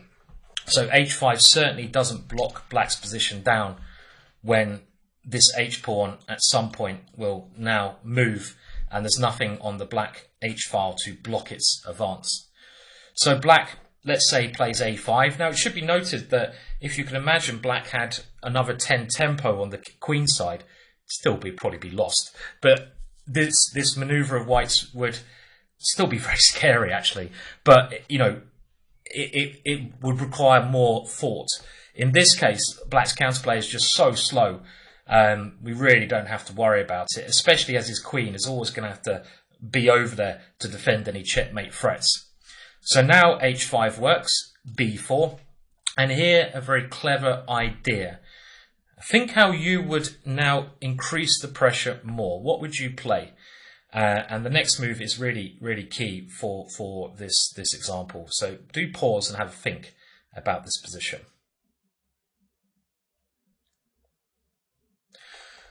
Well, we know taking on f6 on g6 is just a mistake, because you're allowing this added defense which black did not have with a pawn on f7. In actual fact, black is probably not in such a bad position here. White would have to now break with f5 to achieve anything. So we need to increase the pressure, and this is the case where if we can't do anything with our immediate pieces, and it doesn't look like we can, we should bring in the reinforcement, and in this case the a1 rook is called for, and we now play g3. g4 similar as well. If you came up with this idea, congratulations. There's no way the queen can help, but the idea is king g2 and rook h1. This is the maneuver that I was looking for. Let's say a4. Well, okay, we should always look at what our opponent's trying to do, and all of a sudden he's got a mini threat of a3, which does create some play over there, so let's just stop that. We don't want to give him chances. You've got to look at what your opponent's doing. Don't just concentrate on your own moves. And now after something along the lines of knight a5, we have to move our queen out of the way. The knight comes in, but there's nothing now black can do. Black's done as much as he can. Taking here makes no difference in this position, because he's going to have to move the queen back to defend, and it's just too slow. And now king g2, black is trying to defend with everything, but white is attacking now with everything. And here, how do we increase the pressure? It's not, you know, black's done a good defensive try. If we take here immediately, it's not working, because again, queen sacrifices don't work. Black has the escape square for his king. So we need to look for another focal point. And actually in this position, it is now the f7 square, because that's where the black king's escaping. So we maneuver our rook there. Remember, look where your opponent's aiming to escape. Try to stop that one. We don't want to take here. Big mistake. It should also be pointed out that black can't play h6 here, because we just take on this square and we have rook h8 checkmate. And black can only wait in this position. And now we've got our rook to this square, we can finally open it up for our h-file. And the point being here, can you see the point? We now have this breakthrough move, and it's not surprised that at some point this was going to work. And after king to this square, well, bishop to d8 check is the winning move. So we haven't actually mated in this example, but we are going to win the queen, win the exchange, and our rooks have got in. So it's clearly winning. So this was quite a subtle way of winning, and you can see having the pawn on h4 made it a lot slower. But this idea of moving the rooks behind the pawn, and I especially like g3 and king g2, worked very, very well. It requires careful calculation and understanding that your opponent has not enough counterplay. But the role of the rook's file in the attack is very important in a lot of positions, and in this position it was certainly key to the successful attack, and do remember that in your own games. To explain this network of weak squares, focal points that are linked, we will have a look at two examples from games, because obviously it's not always going to be as easy as we showed in the last set of examples. This first game, Maxiol versus Floor, Amsterdam, 1939. I do recommend, by the way, if you ever get a chance to go to Amsterdam, as well as checking out the coffee shops, if that's your thing, go to the Maxiol Centre. The Maxiol Chess Centre in Amsterdam really is quite an amazing chess hub, and loads of books, people there with a love of chess. So, you know, it should be there on your tourist list of chess places, as the Good Night pub, the only chess pub in the world in Norway, Oslo, should be. So we can see in this position, white already has his bishop on this lovely, strong square. But things are not as simple, because black's dark square bishop is defending those squares at the moment, meaning some of our targets should be, well, at the moment, the main one, h7, because we can't really get in on the other targets at the moment, unless we can somehow get rid of that bishop, which is going to be very hard to do. Now, Maxiol, a master of attack, started with the very strong idea rook c5, with precisely that intention in mind, offering the rook to get rid of that bishop, and there's no way black can capture that one. He went queen takes a2. If he had captured the rook, the king side is now really weak, and after pawn takes c5, we're also threatening the bishop, and the simple maneuver, which I'm sure all of you would find here, is transferring the queen into g7 via something like e3, for example. So the game continued, queen takes a2, and now a very nice, strong maneuver. And again, this is a bit like the examples we're using, that a bishop and a queen on their own are not enough, and a rook swinging idea can work incredibly well. And now, rook to h5. A lovely idea, and this has brutal intentions of even taking on h7, followed by queen h3, or, like normal, if we swap those tactical motifs around, queen h3 first.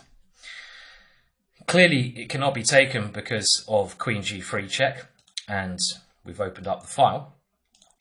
What else can black play? Black tries e5, which is as good as try as anything, because he's covering the h3 square. Bishop to g7, trying to get rid of our bishop, is an option, but we can now play against different focal points. Well, h7 was one of them, but remember the linking focal point to h7? It was f7. And we've also looked at examples where we take on f7 first, drawing the king away, then take on h7. Again, that sequence can be interchanged. And in this structure, a very common tactic in here, this position here, would be rook takes h7, and now queen takes f7 check. So we're just swapping those focal points around, and on the next move, our rook comes in to h3. We always have bishop f1 to cover the back rank, and this will be winning. Nice little tactic. So after e5 here, white simply plays d takes e5. It's nice we're controlling d8, because that limits black's counterplay against our back rank, I'd say, mainly by swapping off our rook. The bishop has to move, and now again our rook is in no threat because of the queen g3 move. So now queen f4. It can't come to h3 anymore, so it targets h4 instead. Queen takes b2. And now, just to be sure that everything's covered, because we've got our ideal setup on the king side, bishop to f1. No back ranks. There's no way the black queen can get over to the king side to defend now. The black queen is cut off, meaning the defences of the black king are not very good. Bishop e7. there was a horrible idea of queen to h4, combined with rook h7. I mean, you could, let's say a5, even play rook h7, check, bishop h6, bishop g5 here. And this is also very scary. Maybe black, in this case, has a chance to defend with this move. So, okay, we swap the move order around. Let's just go queen h4 first. If it's ever taken, our queen slips in and we're going to bust our way through. So bishop e7, and now there's a couple of ways to do it. Rook d3 is a very nice way, bringing reinforcements, and maybe that's even the best way of doing it, but white goes for queen h4. And this is really tough. Black only has one move, and his only move is bishop to c5. And this is a good try at creating some chances against f2. And this stops the immediate threat of rook h7 because the queen takes f2 check. So rook h6 first. We're not rushing at the moment. We can just take on f2 now. And after a5, there's nothing else black can do. Now rook d3, because we're covering our back rank and this extra piece coming over to one of these two squares. Even f3 might be the strongest square for the rook. Just stopping that idea is crushing, because h3 under the control of the bishop here. If bishop c4, black loses control of the h3 square, so now we can take on h7. And if queen takes f2, bishop takes f2, king takes f2, we have this other rook coming across.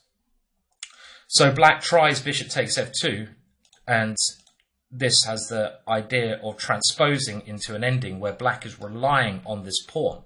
So he has created some counterplay here. And unfortunately for black, it takes 3 moves to queen, and even though the queens have been exchanged, because of the dart squares, white's attack is still killing. He goes bishop e2 with the idea of g4 and rook h3. Also, g4 immediately was worth considering with the point bishop takes bishop h3, and this is another way to get the rook over there. But bishop e2, black tries rook a5. If a3, g4, a2, rook h7 gets there in time. So rook a5, and now g4, and this is black's desperate idea. Rook takes e5, but this is really too much material now, as I think it's clear to see. Bishop c4, and now the rook comes to h3 anyway, and bishop takes e2. We keep the control of the dart squares. Rook e6, e5, and Max Schul is not taking his foot off the accelerator. Bishop takes g4, rook takes h7, and after a couple of moves here, black resigns. These pawns, not that scary. One line being white just playing rook to c3, rook takes c6, and the rook just about gets behind in time. Had black had one more tempo here, with a pawn on a3, then black would have very good chances with b2, but that's not the case. And again, tempos, even in positions that look clearly winning, and counterplay. Black tried it, but he was only one move short there, so it was still a little bit tense, but nice win there using all the themes we've looked at so far. To finish off this chapter, let's have a look at the game Pilnink versus Nyadorf. And this game we're going to take from move 1, and it's the build-up of an attack on those focal points. Some mistakes were made during the course of this game, but I think it's still a good demonstration of the standard way to get in on that network of weak points. The first Caro-Kann I think we've seen so far, and here, well, I would recommend you look at the e5 line, because that fits in with a lot of the setups we will look at, especially in the next chapter, with the bishop coming to this diagonal. Knight c3, obviously another main move, where white gets a space advantage, and now knight to f6. And it's quite funny here that this move was a sideline for a number of years, and only now has it become popular again, mainly actually to the work of such players as Grandmaster David Howe and Magnus Carlsen. Magnus Carlsen playing this one regularly. But previously it wasn't thought so good because black has to double the pawns. I can remember quite a funny story here. An English player, 2250, was playing in a tournament, I believe, in the Czech Republic. And white was Richard Rapport, and he was obviously nervous as the first round. And here he played knight d7 with the idea of following up here. Richard played queen e2, and he went knight f6. And this must have been the most embarrassing moment of his life with that checkmate. 2250 falling flat. I think just nerves showing their face. So now knight takes f6 and e takes f6. And the point of this, David Howe explained this to me, saying I should play this line as black. Black does have the double pawns, so obviously white's idea of getting a passed pawn later on is a standard idea. But David's point is you have an extra pawn to defend your king. So when you castle as black, your king should be safer than white's. And you can often start an initiative as black against white's king. So this didn't happen in this game, I'd like to say. c3, bishop d6, bishop d3, castles. And now queen c2 is one of the main lines, but queen h5 was tried now. And here the author gives g6 as a mistake, but this is not so clear in actual fact. Modern theory states that this is okay. And again, the chessable team just updating the theory here, which you can all see in the book attached to this course. f5 is another way to do it, with g6 coming next. But f5 does, in some ways, weaken black's position as well. With other moves being annoying. So g6 is okay. Queen h4. And it's really the next move which is the mistake, which is c5.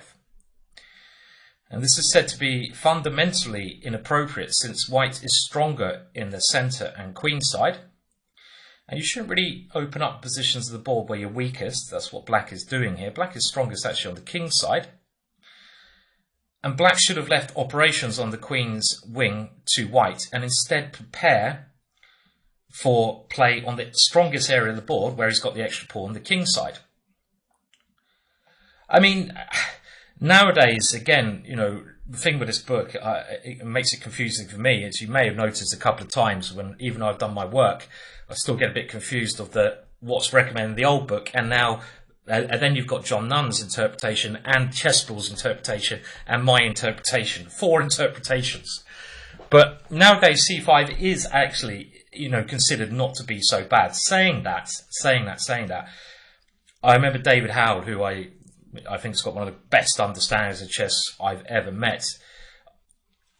It says that knight d7 is better, and I totally agree with him with the idea of trying to play for f5 and knight f6 at the right moment, even bringing the bishop to e7 first, so we can cover any points over there and slowly coming forwards on this area of the board.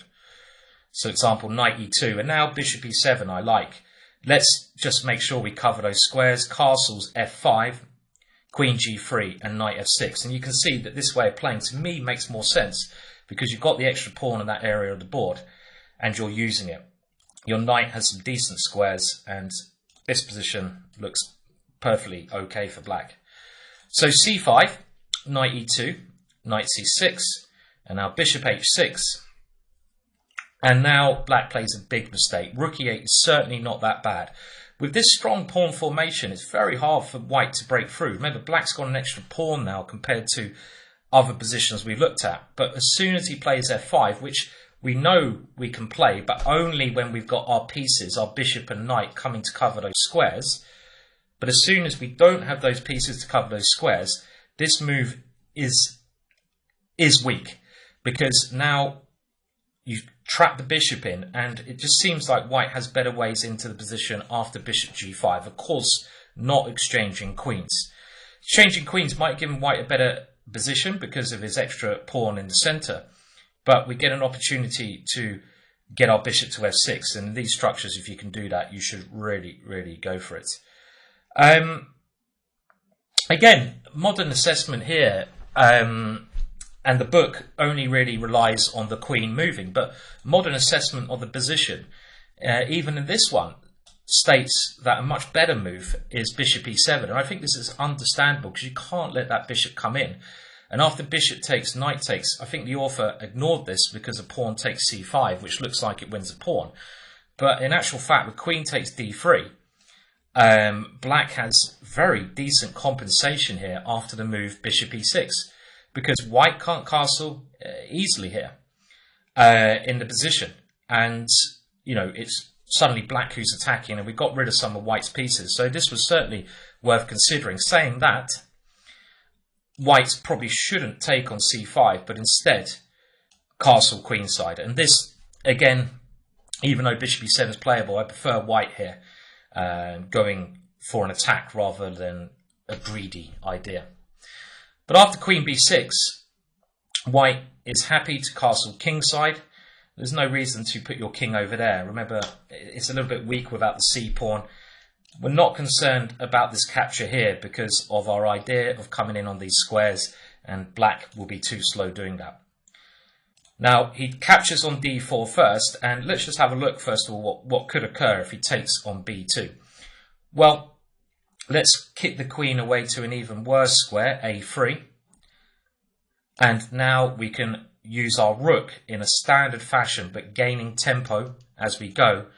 And after bishop f6, black clearly has very promising attacking ideas. One brutal idea is moving the bishop and then going queen takes h7, and this rook has gained tempo to attack. Black is not doing well in this situation at all. Greedy move, that one.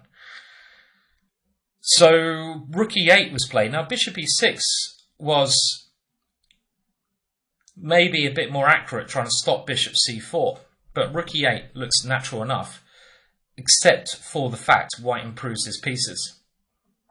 And now you can't go bishop e6 because of d5. And this sets up those ideas on these two corresponding focal points of taking on f7, bringing the king out and coming into this square. So now h5 played by black to stop that plan. And here white is doing very well. But after the next move, he gives black drawing chances.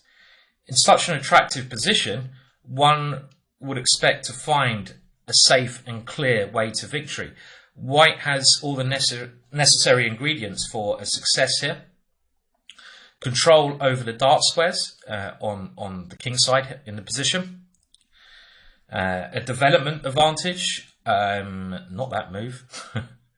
A development advantage and pieces that can break up the cluster of pawns in the position. And rather than playing rook on ae1, which is trying to bring another piece in, but it is not correct because of the active move that black now plays. White should have simply started to use these squares and placed his bishop on f6. And the simple idea is the queen now has g5, which is going to force the king here. And white has great attack against a lot of these weak positions, a lot of these weak squares. Another threat is to come and take g6. So, for example, bishop e7, and now if you take here, queen takes g6 because of the bishop on this square. So I don't really see an adequate way for black to defend this position now, because king h7 here is not playable, bishop e6, d5, and it doesn't look good. So the move rook on ae1 allowed rook e4, and now white doesn't have the chance to get in as quickly. It's still dangerous though after knight to f4, but the problem with the way that white's played this, you want to play your attack in a way that you give your opponent the least amount of counter-attacking chances, whether that's him creating play on the queen side, grabbing material. And after queen takes d4, you're now kind of committed. You weren't committed before. You could go into an ending because you weren't material down, but now you're material down. So it's kind of all or nothing now. And as the great Alekhine showed us, this is not the preferred approach to attacks. The preferred approach, we'll look at this in more detail later, is a nice solid build-up, building on the position and only attacking when it's correct to do so. Okay, we can do crazy attacks, but that's in positions where there's not another good option.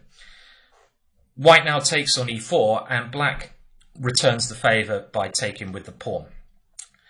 Had he taken with the queen in this position, he at least goes into an ending after knight takes g6, which is possible, but now he gets the queens off. And here, after bishop e6, probably white's better because of the weakened pawns. Well, white is better, but it's obviously game on here. I mean, black is not in such bad shape in this position. I mean, okay, yes, white's better, but it's game on. And I think I would have hoped, most modern players I think would play that, because the other option here with 4 white pieces around a weakened king position is it's just easy to see that white has chances. And knight takes h5 is a really nice way to break down that king position. The knight can't be allowed in, so pawn takes, and now the bishop does come to f6 with 3 attacking pieces. You have to stop the queen coming to g5, so queen c5 is the only option. And now another white piece joins the attack, rook d1. Very clever play here. There wasn't anything immediate with your attacking pieces, so you bring in reinforcements with some ideas of the rook coming to d5 or even the bishop to break up the queen's defense. Now king f8 was played. Now what if bishop e6? This is a move that black would like to play because it develops, it breaks the bishop down, and exchanges would help. So this is ideal, but black did not play this because of the clever move. Can you see it? Rook d5. And if bishop takes, just queen takes h5 is the most accurate because black doesn't have any checks. And if queen takes c4, which has some of its own threats, then queen g5, king f8. And now that we're covering c1, we can actually play rook takes here, and our queen comes in with mate. So, still keeping an eye on that back rank, just about tactically okay. So king f8 forced, and now a very good diverting move, because if we can get our queen into the position here, as we've seen, it's winning b4. Moves like this, little distraction ideas on the other side of the board, very easy to miss. But if you can't do anything with your main pieces, you've got to try to play this kind of way. We've seen what happens if the bishop is taken, the queen comes in. And this distracts the knight away from the d8 square, mainly, allowing queen g3. Another beautiful tactic. If it's taken, the rook now comes in. So bishop g4 is the best idea. And here, Pilnik plays rook takes d6, keeping the queens on the board. Knight to d3 was played because if you play queen takes c4, again the white queen sneaks in and defends the back rank. And with queen h6 as a real problem move, black can resign. So knight d3 stops the queen coming in. White therefore eliminates that knight. And here queen c1 has to be played. And black doing the best he can, creating counterplay with rook to c8. It's time to play h3. And now queen takes f1. I hope you spotted this one. It does look scary for white, but only just don't take that one, rook c1. Just put the king as somewhere like this. Queen c1. And now taking on g4 and taking here. And after the check, king g3, f3, white has gained a winning position. He's consolidated his extra piece. A very tense game there. Very nicely played by Pilnik, who could have, of course, played better, but in general, very, very good play. And he used the gradual build-up there of, shall we say, slow, on the king side. Of, he saw that there was preconditions for an attack on the opponent's castle king. He got all his pieces involved in the attack. He worked the dark square network with his queen and bishop. And very useful, I think, to learn similar attacking techniques in these kind of positions. So that brings us to the end of this chapter, focal points. I'm sure you will now look at them in a much deeper way and hopefully understand when to spot the squares that you should be attacking when you play your own game. So good luck with that, guys.